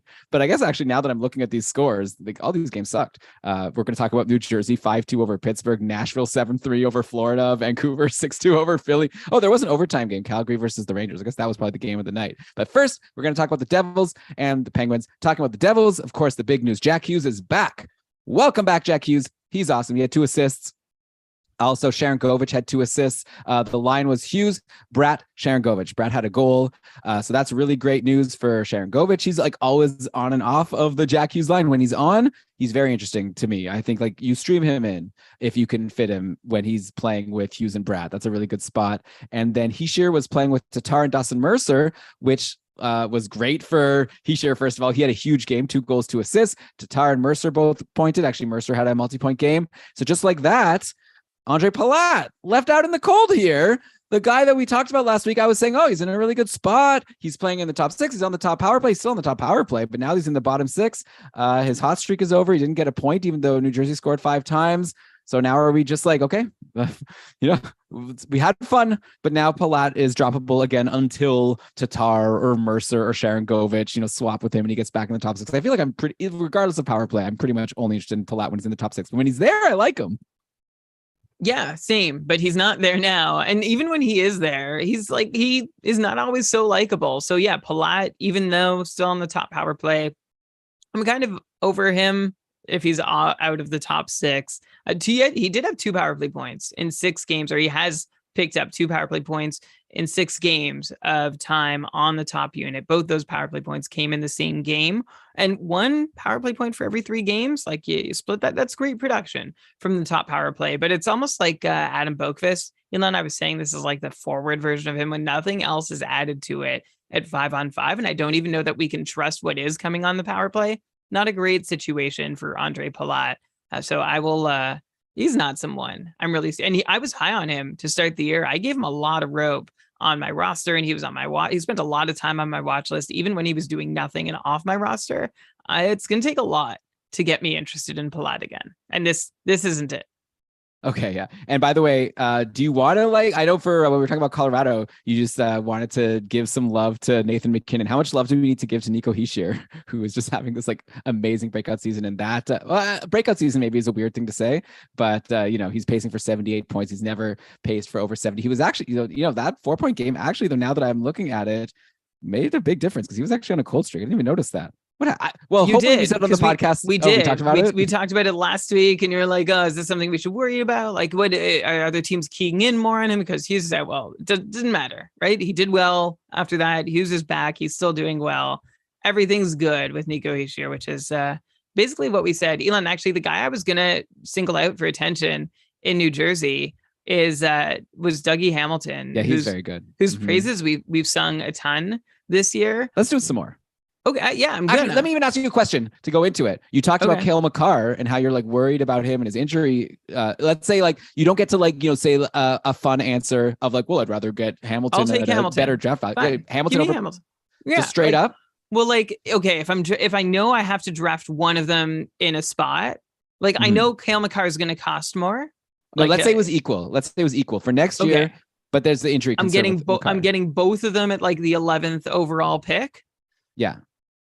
I need to, I feel like I need to do a little more homework, but I would lean towards Hamilton.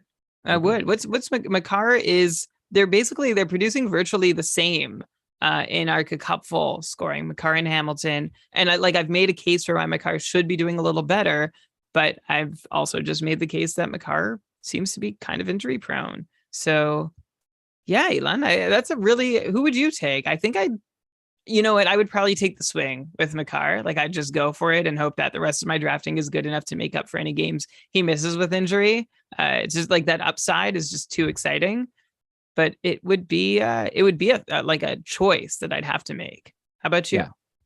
I'll go Roman Yossi. No, I'm just kidding. But like, I think Okay. that So Makar, rude. I would probably go Makar, but yeah, it definitely is like I was just being annoying and Yeah. difficult with you. Like Yeah. really, it's like the Classic. answer is don't take Makar, because just wait and then get like a Right. Hamilton Which with your was next my pick. initial answer that you then Yeah. locked me out of. But sorry, not McDavid, Hamilton is, I mean, basically I can say his name in the same breath as McDavid over the last 30 days in cupful scoring. Hamilton is behind only Connor McDavid and Jack Hughes. And like to find the next defenseman, you go down a little further, you find Roman Josi. To find the next defenseman, you have to go a lot further down the list. So Dougie Hamilton, just out of this world lately and for the whole season. Incredible. Yeah. Okay. Let's look at the Pittsburgh side of this game, even though Norm is asking us in the chat not to. We'll do it quickly. Okay. Malkin scored both of the goals for the Penguins in the 5-2 loss. Ricard Raquel had an assist and 5 shots. Brian, Ricard Raquel is having himself a season, right? Like he now has 6 points in his last 3 games. He's had quite the week. I still am going to lose my matchup, even though I have him. It's a little bit frustrating. What are you going to do? Remember at the start of the year, there was like talk about Raquel and Rust and like who's going to get this line and whatever. And I feel like most people were saying, yeah, Raquel's interesting and maybe he's like better value in the draft, but like you'd still probably prefer Rust. At this point, it's like Raquel is a sure hold in all leagues and Rust is cold once again. He's pointless in 4 games. I think it's about time, right? If we haven't already, like drop Brian Rust. Can we just say it? He's not on the top power play. Yeah, he's playing with Malkin. You know who else is playing with Malkin? Jason Zucker. And he has only 1 goal in his last 5 games. And so I feel like at this point, if Zucker's cold and you're dropping him, like just drop Rust along with him. Who has time to wait anymore?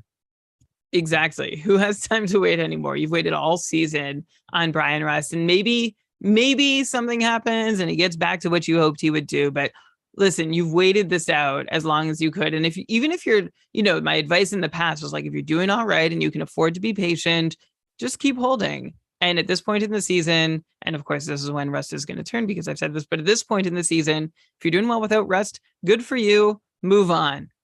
Because whoever you get, maybe if Rust does well and like you add Raquel and he does Rust like things, you'll still be fine.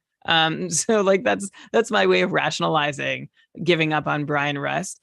Which by the way, Elon, like has been a reminder to me that I should really avoid trading. Like I tried to buy low on Brian Rust this year. I tried to buy low on Huberdeau at one point.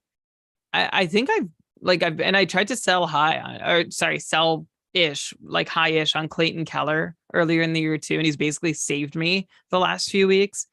I think I need to give up on these like buy low, sell high deals that like are the smallest, like the least, sorry, these low, sell high deals that are like this level of risk. Like maybe I can do it at like a smaller risk level, but man, am I glad that my approaches for Rust and Huberdeau were rebuffed because didn't work out for them. So I think I'm gonna try and be a guy who doesn't take these big buy low swings. Like I'm someone who has like endless faith and patience for guys who have proven they've done something in the past or in a situation that hasn't changed substantially, or I don't think will stay changed substantially. But yeah, I was wrong on waiting out Rust. So there you go. Ricard Raquel, streaky guy, like about 5 points, 14 shots in his last 3 games, a power play point. I will take streaky over never does anything, which is Brian Rust status this year. Yeah, Andy's saying maybe try trading for a positional need next year. Yeah, like I think that if you're in a league with smart players, yeah, trying to just really like nail that, oh, I'm gonna get such good value because I have this player who's like overperforming and I'm trading for someone who's like really underperforming. Maybe sometimes for those trades, the best case might end up being that they just end up the same. The one like kind of slows down, the other one heats up a bit, and then you haven't actually gained much, but you took like on more risk. So it is an interesting thing, though. I guess another thing is like it sounds like you weren't that successful with making these trades, so maybe you don't have to worry about it. But maybe it's just the time saved also of not trying to make these trades if you tried to make all 3 of these deals and they didn't work out. But yeah, it sounds like it worked out well for you.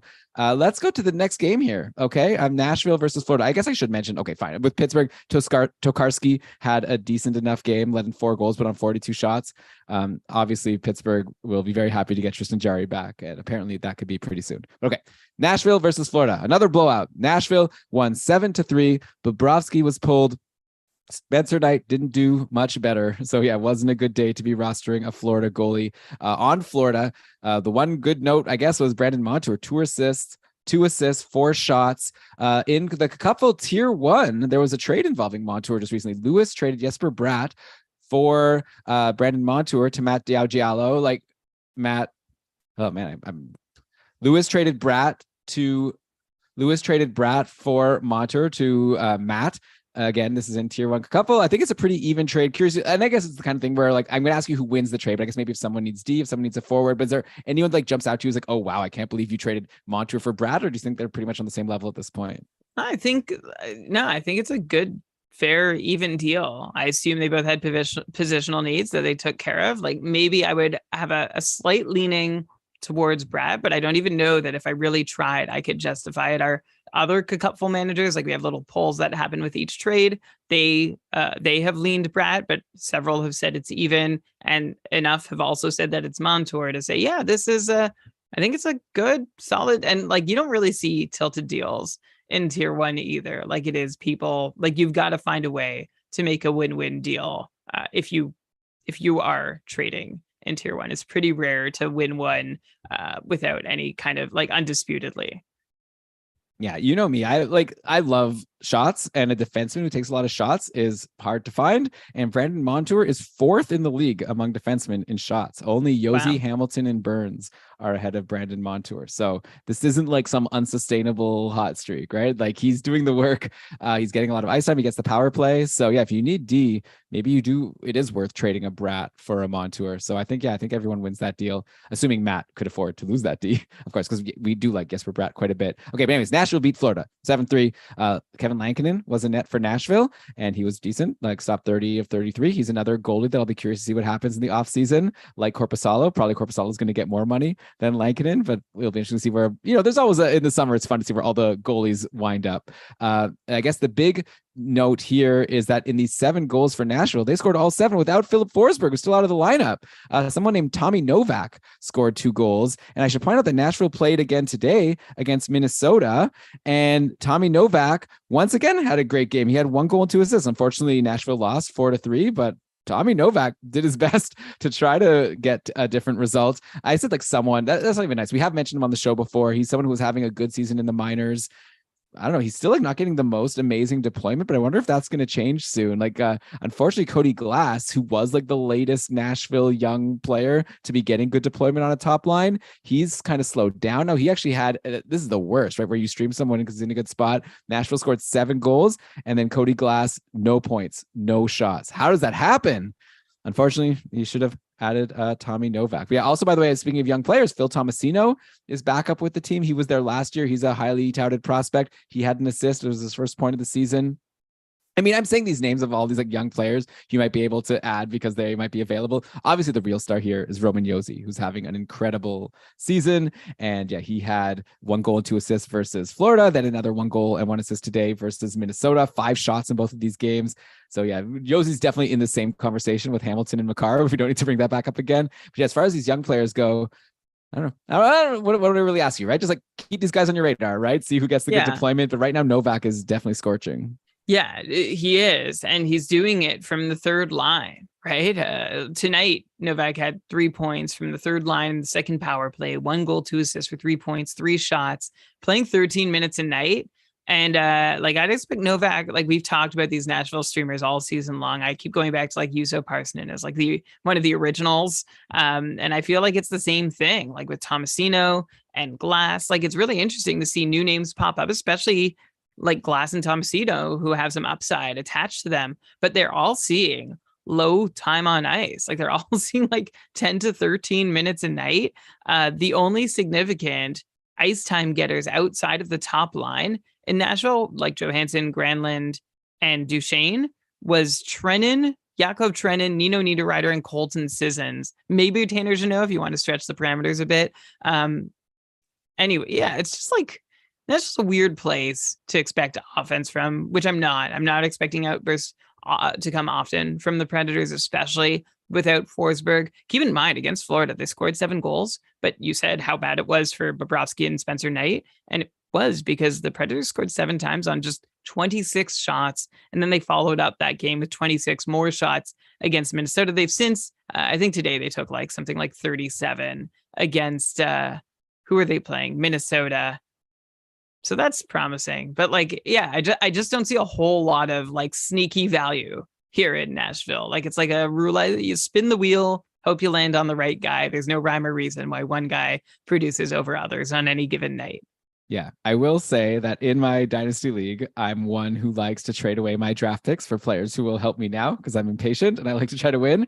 But then sometimes you get lucky. And I grabbed Tommy Novak when he got called up by Nashville because he was having a great season in the AHL, 26 points in 25 games. Why do I need draft picks if I can get these players for free that are producing even better than whoever I would have taken like 20th overall a couple years ago? I don't know.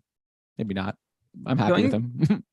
I'm just going to go backwards for a sec, Elon, if you don't mind, because Norm in the chat, he was talking about like when we were talking about Zucker and Rust and how they're struggling and Malkin's having such a great season. Norm was like, that's a shame because Malkin has been good this year. He's coming in like is someone like ready to play every night, which hasn't been the case for, well, Rust and Zucker and several others in the Penguins lineup. And then Norm just went and did some research while we were chatting. And he saw that almost half of Malkin's points this year are on the power play, 25 of 56. And that explains why Zucker and Rust aren't doing much. And like, it makes me wonder if Malkin could be doing even better if everybody was on the same page on that line. It's so strange. They've produced together before. I wonder, you know, I can't look this up quite on the fly, but I wonder what Malkin's usual percentage of total points comes on the power play. Like, I wouldn't say it's like, I could see it being in like the 30, maybe 40% range, but higher this year. And he's still on an 83-point pace this year. It's been a quietly great season for Malkin. 25 power play points in 55 games so far. Pretty awesome. Yeah, it was pretty wild, but it looked like he might even go to another team this summer, which would have been like so weird to see Malkin in another jersey. But yeah, now he just wants to be on another line. He gets all his points playing with Gensel and Raquel and Crosby on the power play. I'm sure he'd love to just get one of those guys to also play with him at even strength. Okay, let's go now to this game. Another blowout. Vancouver beat Philly 6-2 on Saturday. The goalie for Vancouver was someone named Arturs Silovs. I was about to say Silvos. I feel like you want to say Silvos when you read this, but no, Arturs Silovs. So this is like Vancouver had sent down Spencer Martin. Connor Delia has been doing pretty badly. So now Silovs got a shot with Demko still on the shelf, but I believe Demko is going to be back next week. So then we'll see. I don't know who the backup is. I think the news was that they're going to be riding 3 goalies for a little bit, maybe just to make sure that Demko is 100%. Not that it matters too much. Like Vancouver's obviously out of the playoffs at this point, but man, some players are doing really well. Elias Pettersson, holy cow, 2 goals and 3 assists in that game for the big win over Philly. And that's now 15 points in 8 games for Pettersson. So he is just carrying this team, though no disrespect to Anthony Beauvillier, who's been really good since joining. He's been with Pettersson the whole time at even strength and on the power play. Beauvillier had 2 goals in this game and 4 shots. And hey, Andrei Kuzmenko, we talked about him last week. He was getting really bad deployment with Rick Tocchet, and we said maybe he's a snoozer right now. So hopefully you didn't listen, or if someone else listened, hopefully you grabbed him because he was back on the Pettersson line and he scored a goal. So things have changed quickly. I don't think like you totally blew it if you dropped Kuzmenko, but I think if he's out there, probably you want to grab him back. You probably want anyone playing with Pettersson right now, right? Yeah, like we were talking about McKinnon and Hamilton. Elias Pettersson is just as hot, and I can stand by my inclination to draft him on our episode a couple weeks back. I feel good about that. Going back to Silovs. Wait, you feel good about what exactly? Because if I recall, you were about to draft him, and then I didn't. Changed your mind. I said my inclination. I was very wow. You take the W no matter what. Yeah.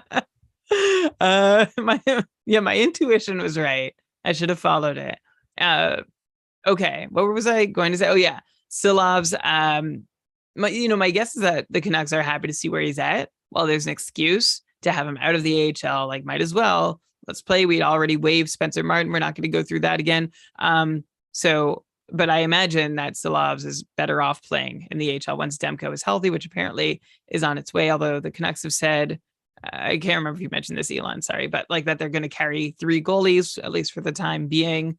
But I imagine that they would rather have Silovs playing. Silovs, by the way, if anyone doesn't know, out of Riga, Latvia, He was drafted in the 6th round, 156 overall back in 2019. He's 21 years old and having a successful season with Abbotsford in the AHL. 21-9-4 is his record with a 906 save percentage. So yeah, nice taste of the bigs for Silovs. And of course, Vancouver gets to see what they've got in him, or at least gets a sneak peek. Anyway, you asked about Kuzmenko. Yeah, top line, top power play. We were so concerned about his ice time. He was seeing like 10 to 12 minutes. Now his last 3 games, he saw 16, then 18, then 19 minutes of ice. So I would be interested in going after Kuzmenko if he's been dropped. I dropped him in a limited moves league where I'm basically like, I don't want to use up any more moves unless I'm replacing guys who are going to be out for any length of time. I also don't like, my roster's pretty good, so I don't know I need to go and make a move for Kuzmenko. But in a regular set scenario, yeah, I would be like, if he was dropped by his manager, I would hopefully be the one to scoop him up. Yeah, definitely. It's a great spot to be, like I said. Also, by the way, the other line with Miller and Besser, and I guess Seppi was there. I don't think he'll last. But yeah, Miller had a good game, 2 assists. Besser had an assist, which broke a 3-game pointless streak. But I mean, you said that Kuzmenko on the top power play, so Besser not on the top power play. So he's becoming someone that maybe, especially in shallower leagues, if you have him, maybe you start to think of letting go, which is too bad. Like Brock Besser seemed like such like a high upside guy just like a couple seasons ago. He and Pedersen seemed to have like such great chemistry together. It seemed like they'd be like on a line in power play together for years to come. But yeah, it hasn't been going that great for Besser. He's like having an okay season, but I wonder now as we get into it, like going into our fantasy playoffs, if he, like I have him on one of my teams and Brian in our keeper league that we're in together. And I don't know, I feel like Besser is becoming kind of a bubble guy for me. I'm not sure if I'm going to be holding him or not once the games really matter. I think that's totally fair. Like the thing is that Besser's like snoozes on like a semi-regular. He naps. Besser doesn't snooze. He naps. And then when he's good, he's pretty good. Like Besser with his ups and downs this season is up to a 62-point pace, even with adversity. But of course, the disappointing thing is that he's barely above 2 shots per game. So like Brian Rust, like Jonathan Huberdeau, like Taylor Hall, like Brock Besser's in this category of guys who just haven't been that impressive and haven't been able to reclaim past glory. And they're all hard to hold, but even possibly like harder to drop. I don't know if they're harder to hold or drop, but I'm with you, Elon, that he's fallen in terms of like fantasy value and esteem. And if I had him on my roster, I think I'd keep riding it out as opposed to Rust, who I'd be happy to drop. But I would always be ready. Like I would be checking regularly to make sure that Besser is still actually worth the roster spot. Yeah, definitely. Then over on the Philly side, you know, Brian, actually, let's take a quick break. Okay, actually, it's like, yeah, definitely. Okay, Brian, I still want to talk about the Philly side of this game and then a bunch more. So we'll be back in just a sec. You're listening to Keeping Karlsson. All right. I keep saying all right. Hello, Brian. Hello, everybody. We are back for part two of this mega episode of Keeping Karlsson. Brian, like I said, Vancouver beat Philly 6-2. On the Philly side, unfortunately, Anthony DeAngelo, I don't know what's saying for, unfortunately, because I have him on one of my teams, like pointless in 5 games now, no points for DeAngelo. I'm starting to wonder if maybe even though DeAngelo is getting a lot of power play time, if he's someone people need to consider dropping, or do you just have to keep him because of his good deployment and his like good success he had earlier in the year? Like on the flip side, Rasmus Ristolainen had another assist in this game to go with his nice big hit numbers. Ristolainen's been pretty good lately. I wonder if he's starting to overtake DeAngelo in terms of like which Philly D you want the most if you wanted to have one like in the couple or in a league that really values peripherals highly. I still want DeAngelo, Elon. Like Rasmus Ristolainen, he hits, doesn't do anything else, gets an occasional assist. I have Tony DeAngelo and in the cupful, and I'm not even starting to consider swapping him out for Ristolainen. Like for DeAngelo, it has definitely been disappointing, but I don't think this is a player problem. I think it's a team problem.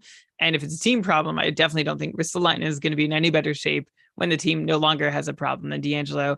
The Flyers have scored just 11 goals in their last 6 games. The offense is dried up, and they're now looking like closer to the way we'd have expected them to going into the season. But similar to Dallas, Elon, they're also not getting a whole lot of power play chances either. 10 power play opportunities for the Flyers in their last 6 games, and that especially hurts Tony DeAngelo. We were talking about Malkin's power play production. Well, DeAngelo has scored half his points, 15 of 31, with the man advantage. So that really hurts when D'Angelo has only seen 10 power play opportunities over basically 2 weeks, 6 games. But the good news is D'Angelo is still shooting, even in games where Philadelphia is barely getting pucks on net as a team. I don't know if you caught it, Elon, but in the back-to-back against Seattle, Philly had 19 shots in one game and 18 shots in the other. So they combined for 37 shots. Tony D'Angelo had almost 20% of those. He had 7 of the Flyers' 37 shots on goal in the Seattle back-to-back game. So I'm still expecting him to be, when the offense is there, to be a part of it. And I don't know. I guess, I don't know what to say about your line and take. I'm nowhere near you on that, unfortunately. No, that's not my take. I'm just trying to come up with questions to make the show interesting. I'm with you. I definitely would take Okay. D'Angelo over Ristolainen, but lately Ristolainen has been better, so I thought it would be fun to compare the two. But yeah, probably long-term D'Angelo is the one who's getting the better deployment. Has the, there was a time when Ristolainen had a big offensive pedigree and was looking really good, but that time has long passed. Brad, we've got some breaking news here in the chat. Apparently, Nikolai Ehlers is hurt. I'm just searching on Twitter now. Yeah, Amanda Stein is tweeting that he's down on the ice. Trainers are coming out. This is obviously not great. Ehlers had actually been cold. We actually had a question from Andrea that she wanted us to talk about Nikolai Ehlers, and I was planning on getting it. And I was planning on getting to it in today's show. But now I guess we have maybe more urgent matters. But yeah, let's take a quick look here. Ehlers playing on a line with Lowry and Blake Wheeler today. He's been once again not always getting top power play. This is just a thing for him. And yeah, points in his last 2. He had assists in 3 straight games before that. But yeah, he hadn't scored a goal since back on January 21st. And now he might be out with a serious injury. So that stinks. So maybe just quickly, I'd still be curious to know what's going on with Ehlers. We were when he came back, it was oh my God, this guy's a huge star. Now he's on the top power play. The breakout is coming. And now it's slowly dissipated. And hopefully this isn't the end of the season. But yeah, if it is, then he kind of went out with a whimper a little bit. Well, okay. Yeah, I'm not gonna go all the way there yet. I have so little information about what's happened, and sometimes injuries happen mid-show, and I want to react. And anyway, I'm not going to go further than what we've seen from Ehlers recently, which, like you said, Elon, not a whole lot. It's been really disappointing. Low ice time too, 13 to 15 minutes for the few games leading up to tonight's against New Jersey. And he was still making the most of those with, 10 shots in his last 2 games with power play 2 deployment, which is back, which is so strange. And the Jets lines, I don't know what's stranger, Ehlers on the second unit or the Jets line so far tonight. You mentioned he was playing with Lowry and Wheeler, which means, there's Winnipeg is experimenting with the top 9. I guess you've got Mason Appleton and Cole Perfetti playing with Scheifele, and you've got Saku Maenalainen playing with Dubois and Kyle Connor, which is just weird all around. I'm trying to think, okay, am I interested in either of those guys? And I'm not really. Winnipeg has a really good schedule next week. I think they might go, is it Monday, Wednesday, Friday, Sunday? Yeah, 4 off days. Yeah. And if if Appleton or Menelainen are out there, or Lowry, I don't assuming healthy Ehlers, I don't know. I'm interested in any of them because of newfound exposure. So this is all to say, it's been really disappointing that Nick Ehlers hasn't been able to score. He has been shooting up a storm, and I expect him to be doing better. He's shooting 6% right now. He usually shoots around 12%. So I could easily spot him another 4 goals, which would put him over the point per game pace he's at anyway, despite this real cold spell that I guess is offset that crazy hot spell that he had when he returned from injury. Yeah, I didn't mean to alarm people. Yeah, this is news on the fly here. Hopefully he's fine. Obviously there'll be updates by the time you listen to this, hopefully, and hopefully he's fine. And then on short shifts on Tuesday, Shams and Lewis will get into it. But okay, next up, Brian, let's go to this game. Finally, a good game that happened on Saturday. Calgary versus the Rangers. The Flames won 3-2 in overtime. I was prepping this show last night, very late last night, embarrassingly late last night, and then I was noticing how Mikael Backlund had yet another good game. He had a goal and an assist, 5 shots, which brought him to 9 points in his last 7 games for Mikael Backlund. And with so many shots, everything I like points, shots out the wazoo, and he's still available, Brian, in our keeper league. I don't know. And also, because another thing I was doing when I was doing this prep last night is recording the matchup maximizer. And I noticed how Calgary plays Monday, Wednesday, Thursday, Saturday. So great schedule also. I jumped on him so fast. I dropped Andre Palat. I'm very excited. Backlund, 21% rostered in Yahoo right now. Like I said, good schedule next week. Is this pause the pod, right? Especially if you just need to win next week. Who else are you going to stream in that plays like 3 games between Monday and Thursday who's as hot as Mikhail Backlund? Nobody. Like they're actually, I don't know. I was looking at the schedule and I'm sorry, Elon, I haven't listened to Matchup Maximizer yet, so I'm not sure How dare you? who you put out there, but I was looking at the options and I was not feeling like I was going to do a whole lot of streaming this week just based on the best. Like, I think you're right. Like, I don't know. I could look at Frank Vitrano in Anaheim, who had like 6 shots from the third line. He plays Monday, Tuesday, Thursday. But aside from that, I think Mikhail Backlund is a real good get for you. So congrats for grabbing the one hot player who has a chance of keeping it up. I think that's a good get. And if you're looking to stream, like, it's not like a serious pause the pod moment, but it is. It's like a let the pod play, but open your app while it's playing to go and stream in Mikhail Backlund. If you could use a streamer for next week, he's probably your best choice. But like so you're not willing to go beyond that though? Like, we're up to like I said, 9 points in his last 7. Like, do you think that eventually he's going back in free agency? Because like this hot streak has gotten like longer than 9 games, right? He's just been like, look at those shots, like just look at his game log and look at the shots column. To me, that looks like a hold potentially for the season, personally. But obviously you're thinking that it might fall apart. I'll be open to it. Like, even with this, he's just up to a 53-point pace, which is basically the peak of what Mikhail Backlund's accomplished in his entire career. So, like, could he keep this up? Yeah, hypothetically. And the shots are great and a lot of assists are coming. But I think I remember from checking last time that like teammates are scoring on a high percentage of the shots they're taking. Like, this is not all terribly sustainable, even though it's been going on for a month now. So it's a great run that Backlund's on. But I'm not bought in that he's just going to take this to the end of the year. All right. So yeah, we'll see. Let's put it this way. Don't pay a lot for him in a trade. Grab him for free if you can. And then even if it turns out Brian's right, you wouldn't have paid anything. And there is a chance that maybe he is actually just going to keep this up a little bit. Okay. By the way, but Brian, if you couldn't get Backlund, you're looking at, was there any Calgary guys available to you? Because there's a lot of good, like Dubé is hot right now. Not available to me. Like, that's it. Like, there's just, they're already snapped up. So not to say there aren't any others, but like Dubé and Mangiapane could both be worthwhile. And I know I'll let you get to them, but you're going to mention Jacob Pelche. Yeah, which apparently is pronounced Pelchier. Oh, I guess that's what you said. Okay, so I said it wrong on Matchup Maximizer yesterday. I apologize. But yeah, Brian Pelchier, is he available too, or is he even snapped up also? No, he's out there, and I'm curious for sure. I mean, like, the production is not there yet. He has a goal and an assist in 10 games this year, and aside from that, he doesn't do a whole lot. He has just a single shot in each of his last 3 games, but there is some reason to maybe think that Peltier can do some stuff for you early next week. He's on a good line. He's been playing with Huberdeau and Kadri, and coming into the NHL, this guy's got 98 points in 99 AHL games since he made his pro debut last season. Peltier was, of course, before that, a big producer in the QMJHL for Val-d'Or and Moncton, but who isn't a big producer in the QMJHL? So we'll see what Peltier can do at the NHL level. So far, not a whole lot. If you're wondering, like, he's a smaller guy, 21 years old, 5'9". He was drafted late first round by the Flames in 2019. And the one reason to think that maybe this is going somewhere, well, first, it's that AHL production. Second, it's that line.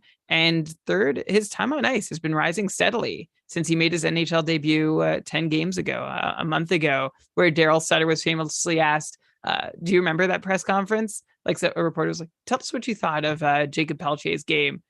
And Sutter was like, who? And it's like, Jacob Peltier. And he holds up the score sheet, like holds his glasses to make it look like he's reading the score sheet. And he just reads all this. Jacob Peltier, 7 minutes, 1 shot, 1 hit. And then he just looks back at the reporter and like, that's it. So it wasn't like, it was a very weird. It's rude. Like, yeah, it was rude. Like, this is anyway, whatever. So, but clearly he's liked what he's seen. He keeps getting more opportunities. So maybe as a deep stream, Pelche could be a fun one. Yeah, and he's playing with Huberdeau and Kadri. It's a good line. I guess like the lines were a little off because Lindholm was out, but I think Lindholm is generally playing with Toffoli and Dubé. So I don't think that like Pelche should probably stick with Huberdeau and Kadri for a bit. Kadri, by the way, has been great lately. And by the way, we should mention Huberdeau. We've given him a lot of guff, but he had 2 assists in this game versus the Rangers, 5 points in his last 4 games, all assists. So I don't know. Let's not dive too much into Huberdeau some more, but nice to see him starting to produce like a little bit like people were hoping for against me in the couple this week, of course, after he was super cold all season. Let's look at the Rangers side of this game, and they're still line blending. Tarasenko scored a goal. It looks like we still haven't locked in on where Tarasenko is going to be playing long term. Maybe the plan is just to kind of have Tarasenko swap around where sometimes he'll play. What the heck? Just gotta add, like, I just tried to look at the line combos on Frozen Tools and it popped up a whole thing about how I have to support them or they're going to give me ads. But we are a patron of Frozen Tools. Yeah, we support them. I guess I need to log in. Get this out of here. Okay. Anyway, what was I saying? I have a whole flow here where I kind of like bring up web pages while I look at this. I actually I'm totally thrown off by your you were talking about Tarasenko. Oh yeah, okay, yeah, sorry, shuffled on and off. Yeah, thanks. Okay. Yeah, a lot of line blending still happening on the Rangers. Like Tarasenko did score a goal, but I don't know who his line mates are going to be this year. Maybe the plan is just for him not to have like consistent line mates. Like he played some time with Kreider and Zibanejad, and he played some time with Trocheck and Panarin. So I'm not sure what's happening. I guess either is a fine enough line for Tarasenko. Still like not amazing that like since he's been traded, like now 3 points in 5 games. But yeah, I'm not really sure. I guess like the only constant is Hedel, Kakko, Lafreniere. Those 3 stay together. And then aside from that, it looks like a Jimmy VC or Tarasenko are going to like be swapping around and who knows who else. Who knows who else? Yeah, and there's always a bit of a blender going on in New York. Gerard Gallant is not afraid to, flip a random guy off to another part of the depth chart and make a swap. So we'll see what happens with Tarasenko, who earlier in the show, by the way, I said that he wasn't on the top power play.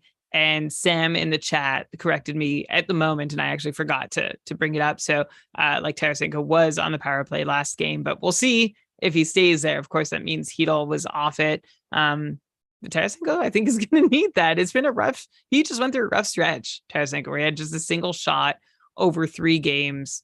We already talked about him last week, right? He's going to see a bit of a decreased role in New York, which is a bummer, and he might not have consistent power play one time. So I don't think there's anything to really do about it. Just be mindful. Yeah, I think, one thing you could just do about it is not be like overly excited, but maybe at some point you could maybe buy low. If he is getting back on the top power play, maybe you get him at a cheap price, but obviously him scoring a goal doesn't help you with that. So Brad, I still have some more players I wanted to talk about. I guess we could end the scoreboard jumping around here and just talk about the final players in the last part of the show. And we'll get to them in just a second. We got some fun ones. You're listening to Keeping Karlsson. We are back, Brian, for the final part of this mega episode. I'm just going to jump around to a few players. First of all, we got an injury that I haven't brought up yet. Evander Kane didn't play today for the Oilers, and you kind of knew something was wrong. He hadn't thrown a hit in 5 straight games, which is definitely not normal for Evander Kane. One of his big values in fantasy is that he gives you the shots and the hits to go along with his points. So I don't know how serious this is, but yeah, definitely wanted to bring it up that for anyone that was concerned about the hits, it probably was injury related. You're probably just hoping, I don't know, I get like on one hand, you're hoping he comes back soon. On the other hand, you're hoping that he takes the time to get back to normal so we can do Evander Kane things for you.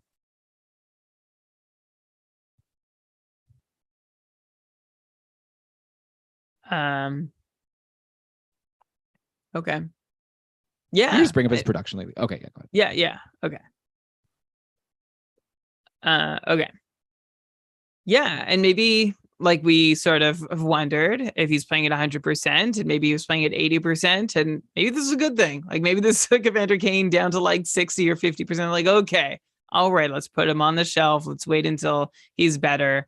But yeah, not much to be seen from Evander Kane lately. The points were still coming a reasonable amount, but it is a red flag that he'd gone 5 games without throwing a hit. One of those games he had taken just 1 shot on goal. There's some little tells here that not all is right. I mean, he was pointless only for 2 games, so it wasn't anything to really get too freaked out or worried about. but we'll see if some extended time. I have no idea, Elon. You don't know either how long Kane is going to be out for, do you? No, I haven't heard. So Yeah. we'll have to wait and see. Yeah.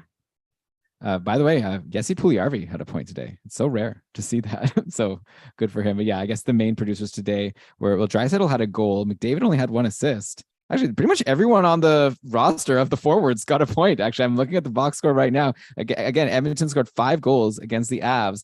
Only Derek Ryan and Kyler Yamamoto didn't get a point of all the forwards. Losers. Embarrassing. Like Yamamoto. Like he's a do not touch. Yeah, and he had like good minutes. Like Devin Shore played only 7 minutes and 30 seconds. He got an assist. Okay. Anyway, okay. So okay. Brian, how about let's talk about a couple goalies? You brought up Philip Grubauer recently, and now he was on a hot run and worth grabbing. You were right. He's kept it up.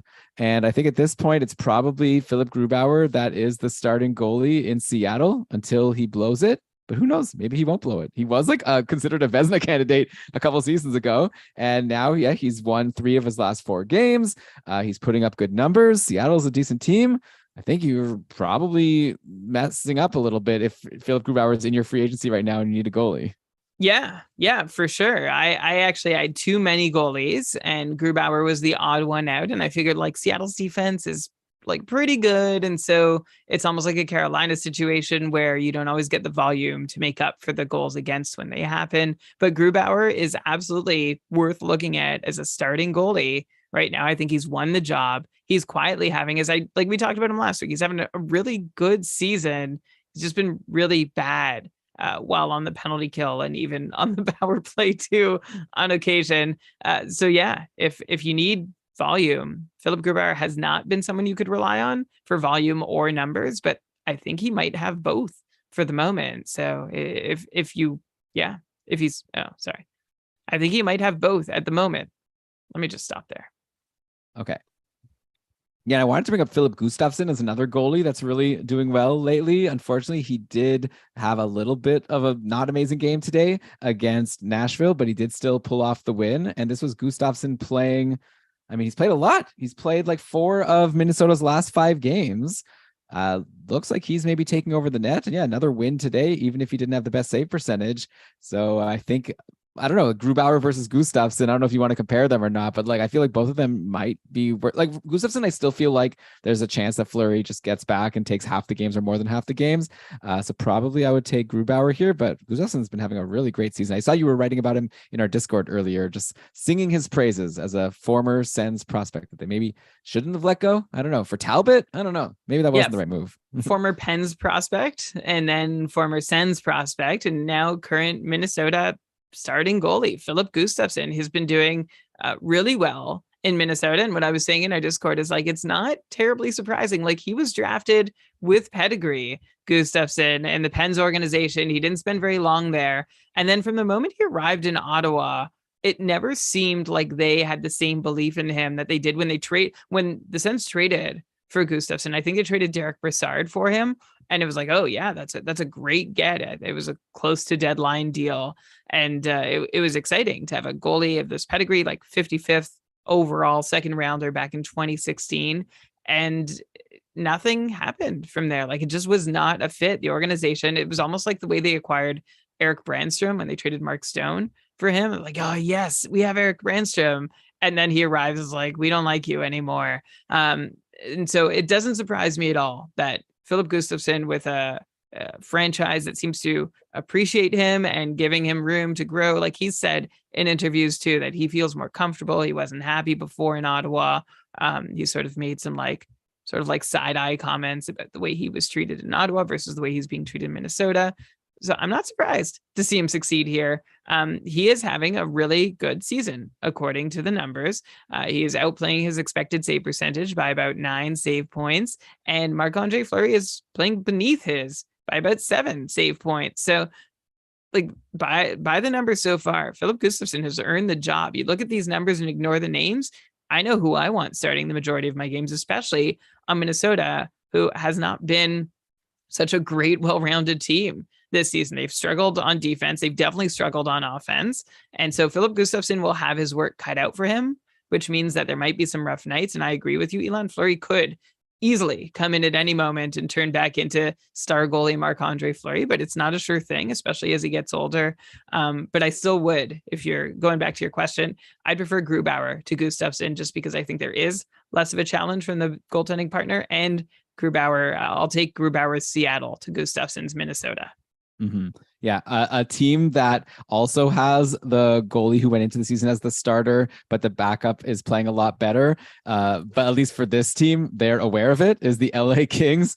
And man, Jonathan Quick got like the 2 least deserved wins in a row, I think, that I've seen in a long time. On Friday, Copley started the game versus Anaheim, was doing great, stopped 16-17. Then he got ejected for like trying to fight John Gibson, I think it was. And anyway, and then Jonathan Quick came in, almost blew it, right? He led in 2 goals, led in 2 goals on 10 shots, but did hold on. LA got the win because they scored 6 goals. They're a really good team, as we'll get to. So we got the win there. Then they decided to give, I was kind of hoping this would mean that Copley would just get the game on Saturday since he got to rest a little bit, but no, he was the backup. So Quick came in to get the start against the Arizona Coyotes on Saturday, and LA gave a really nice bit of support, right? Like they scored the first 5 goals of the game, or they were up 5-1 after the first period. And then the Coyotes just chipped away at Jonathan Quick and the Kings until it was tied 5-5. And then the Kings ended up winning in the shootout. So Quick gets 2 wins,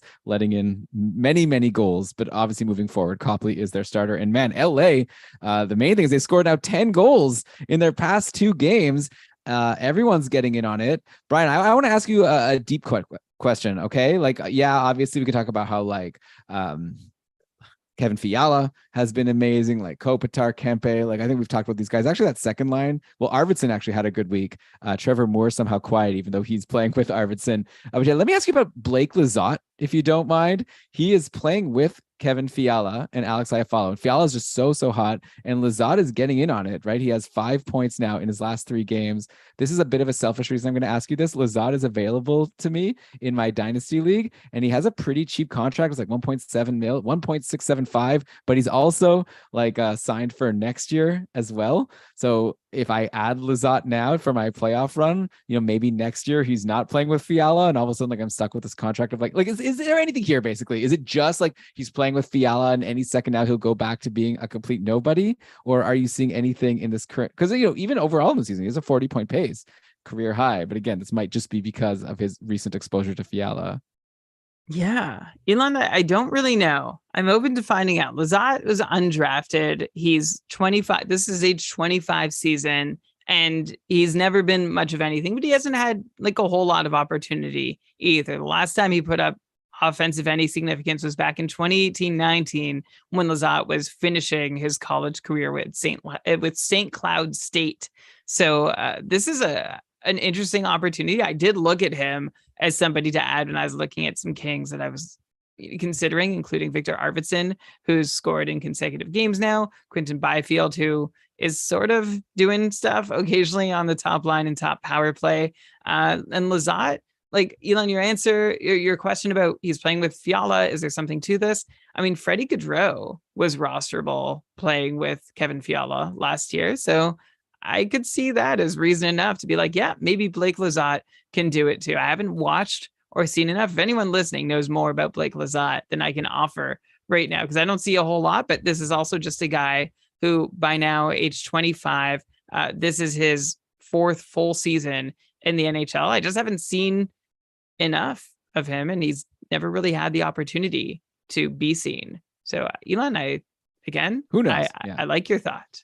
He had 7 shots also in that game versus Anaheim. I guess also I wonder for next year, maybe Kings fans could tweet at us, or if you're on our Discord, like, tag me and let me know. Like, is this just like eventually Velarde or Kaliev or someone is going to bump Lizotte from this spot? And like, there's no way he's going to hang next season with Fiala, or have you heard anything? I'd be curious to know if is there any sign that Lizotte is going to like stick there because they're like playing well together or something. But who knows? Fiala, I guess his line mates changed a lot from his history. Let's go to a hot streak. Okay, let's go to Kotkaniemi over in Carolina, someone who a lot of people have sort of given up on. He's like seemed like just kind of like a checking player, not worth the high draft pick he got or the like crazy contract he got. That might have been a spite move for an offer sheet on Sebastian Aho at one point that the the Habs put on Carolina. But yeah, all of a sudden, Kotkaniemi, after scoring a goal and an assist versus Washington on Saturday, is up to 7 points in his last 6 games, which is obviously very, very good. And I'm just curious, Brian, if you think it's for real. Kotkaniemi's been playing on a line with Teravainen and Natchez, which is obviously very good. Teravainen, you may be disappointed that he's away from Sebastian Aho now. It's been Svechnikov taking the spot with Aho and Seth Jarvis, but never fear. Teravainen managers, he's been really great as well. 6 points in his last 6 games. And I know what you say, what Brian always says about Teravainen. If he's getting power play, that's all you care about. And even though he didn't get a power play point in this last game, he did have a goal and an assist. So I like Teravainen better than Kotkaniemi. I'm not going to bother you with that, but it's Kotkaniemi. And so first of all, I guess just say yes or no. I'm sure the answer is yes. People should be adding Teravainen if he's somehow still available. He's on this great hot run. Yes, done. Kotkaniemi. Also yes, or not as much yes? Yeah, he has like this knack to show up in outdoor games, but of course it's gone, like he's been producing more than just in that outdoor game. He's pointed in 5 of his last 6 outings. The thing with Kotkaniemi though is like 2 of those points have come as goals, and 2 goals on his last 2 shots, right? He's taken 1 shot in each of his last 3 games. His ice time isn't awesome. So I think, Elon, this is just the Kotkaniemi that we've seen all season. He's on a 36-point pace in Carolina. Sometimes he scores points for like 2 or 3 games at a time, and we can get a little bit interested. But on the whole, I'm not very interested. And yes, Barry Kotkaniemi, I'm not trying to create. My gosh, sorry. I'm not tripping over myself to go at him. Yeah, okay, that's fair. But definitely, I think everyone should be, if you're not tripping over yourself, like add him to your watch list, watch closely. If there turns out to be a point in time where he's going to get in some games for you, you might be willing to take a shot there. I guess Seth Jarvis, I'm seeing Chris in the chat is saying, interested in your thoughts in Kotkaniemi versus Seth Jarvis. Right now, Kotkaniemi is hotter, but Jarvis is playing with Sebastian Aho, which is a very good spot to be. But he's been there for a while now. Yeah, I would just take whoever between the two has the better deployment and higher ice time, which I think Jarvis ticks both those boxes right now between the two. I think they're both equally kind of like unpredictable. And I wouldn't even call them streaky because I don't think they're hot for long enough to be considered streaky. But if you're hoping for it's a dice roll with either Kotkaniemi or Jarvis. So I'll just take the guy who has the dice weighted a little more in his favor.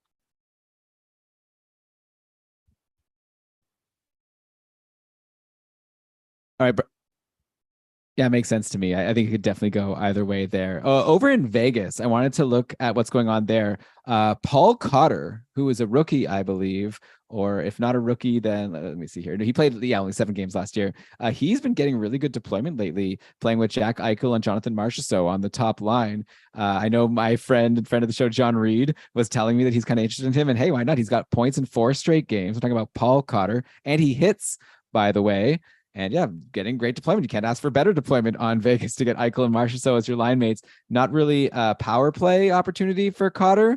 But Brian, is this someone that, actually, let me ask you to compare him to someone who was brought up on short shifts, or actually, no, Lewis was saying he was planning to bring up William Carrier on short shifts and they cut him. And then he made them pay by having a really good game, scoring a goal on Thursday. And Carrier's been on a bit of a hot streak himself, taking more shots than Cotter. I'm counting 6 points in his last 5 games for William Carrier from not a terrible line like Kessel and Chandler Stevenson. I guess Kessel is kind of a different person than he used to be. But yeah, like, are either of these C last names on Vegas interesting to you, Cotter or Carrier? I think I lean Cotter. I mean, he's on this 4-game point streak, even though he doesn't shoot a whole lot. Carrier will fill a few more categories, but I think the production is going to be a little spottier, even though it's heavier lately. But I don't know that I really trust that line with Chandler Stevenson and Phil Kessel. Chandler Stevenson, by the way, Elon, I don't know if he was dropped in Micah Cup full division, which is kind of surprising. I don't think Vegas had a great schedule this week, but he has just 2 points now in his last 4 games, being outpointed by both Cotter and Carrier lately. 5 straight games of 2 shots apiece. And he had like a long, like 10-game stretch. This is Chandler Stevenson, where he took none or one shot on goal. So I like, and interestingly, Elon, I didn't have any fab left, so I didn't have a chance to add Chandler Stevenson. Like, there was no hope. Somebody else spent a fair amount, but nobody else put a bid in. And it, like, he was dropped in a really like busy flurry of activity. So I wonder if everybody even noticed or not. but we'll see how the rest, like if he's playing with William Carrier and Phil Kessel the rest of the year, I'm not sure how into that I am. So that's I would put Chandler Stevenson. I don't think he's a snoozer now, but I would put him on snoozer watch. Yeah, I mean, Also not on the top power play. Yeah, he's interesting when he's playing with Eichel or playing with Mark Stone. Like now that he's not playing with either of them, I agree. The thing is, Chandler Stevenson is the type of person where if you drop him, you're doing it at your own risk because those lines can change. I guess not for Stone, but if he can, as good as Paul Cotter has been recently, it's not as if Chandler Stevenson can't bump him in a moment's notice, right? No one will be surprised. Apparently, we mispronounced. It's William Carrier, not Carrier. Yes, he's from LaSalle. Excusez-moi. So Brian, I think this takes us to the end. We've covered a lot of ground here. Hopefully we've given people some names you never ended up telling us who's the name that you're more interested in than Nick Foligno. Was it Carrier? Was it Cotter? Oh my gosh, you're right. And you explicitly you explicitly told me to mention him when we talked about him. You don't have to do everything I say. Was it Blake Lizotte? No, I'm like going through the list quickly. I can't. Right. I thought I made a note. That's okay.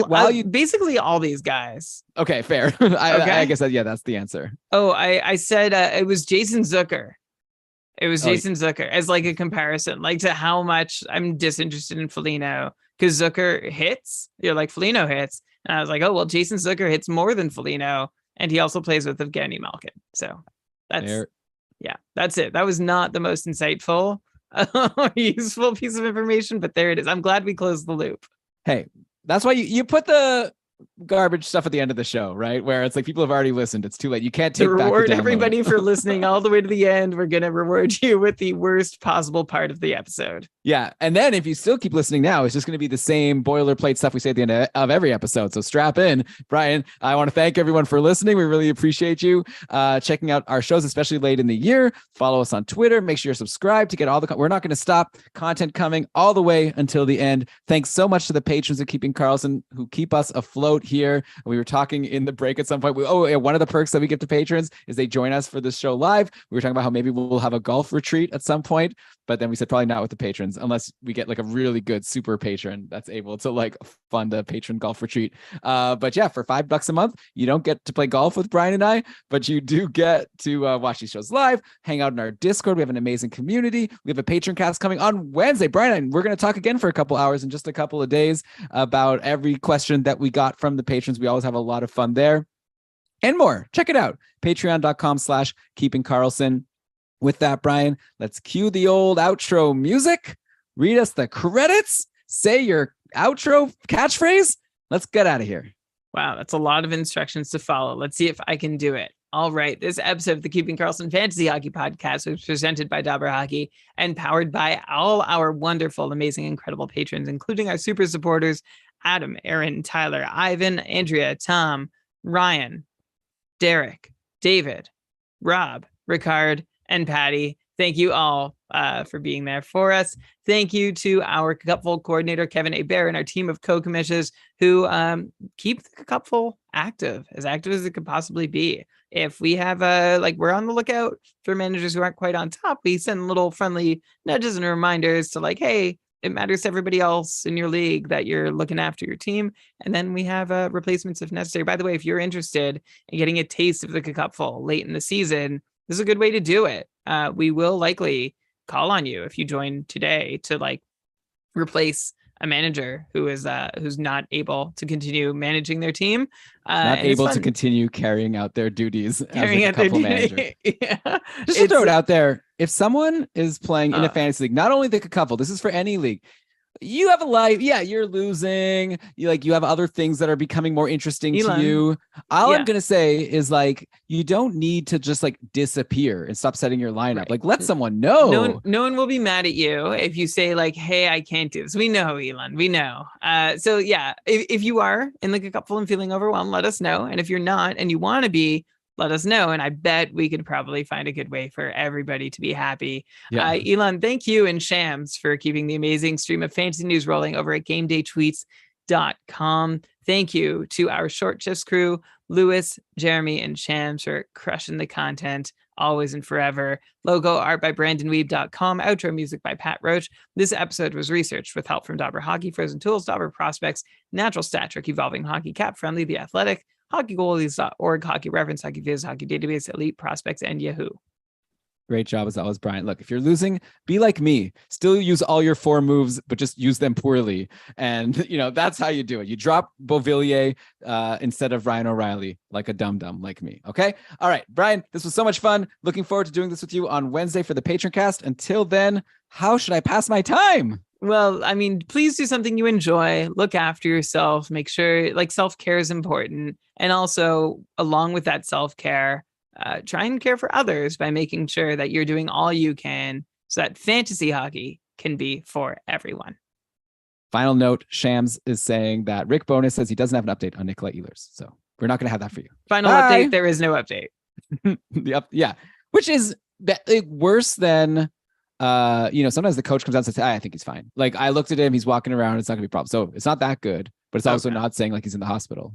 So, okay. Bye, everyone. Bye. All right. Good job, Brian. We are so late. We suck. We suck at being on time. Obviously, it was my fault that I did that stop there. But when were we supposed to be done by? 9:30? 2 hours after we started. 9:30. Yeah. We came within 15. Oh, we did. It's a long show. We did within 25. I don't think we started at 7:30. I know that was the first problem. Oh, I see. Okay. All right. Thanks everyone for watching. This was so much fun. Thanks, everybody. We really appreciate you in the chat there. I'm going to maybe watch The Last of Us tonight. Depends if the baby sleeps. All right. See you, Brian. Bye. Bye.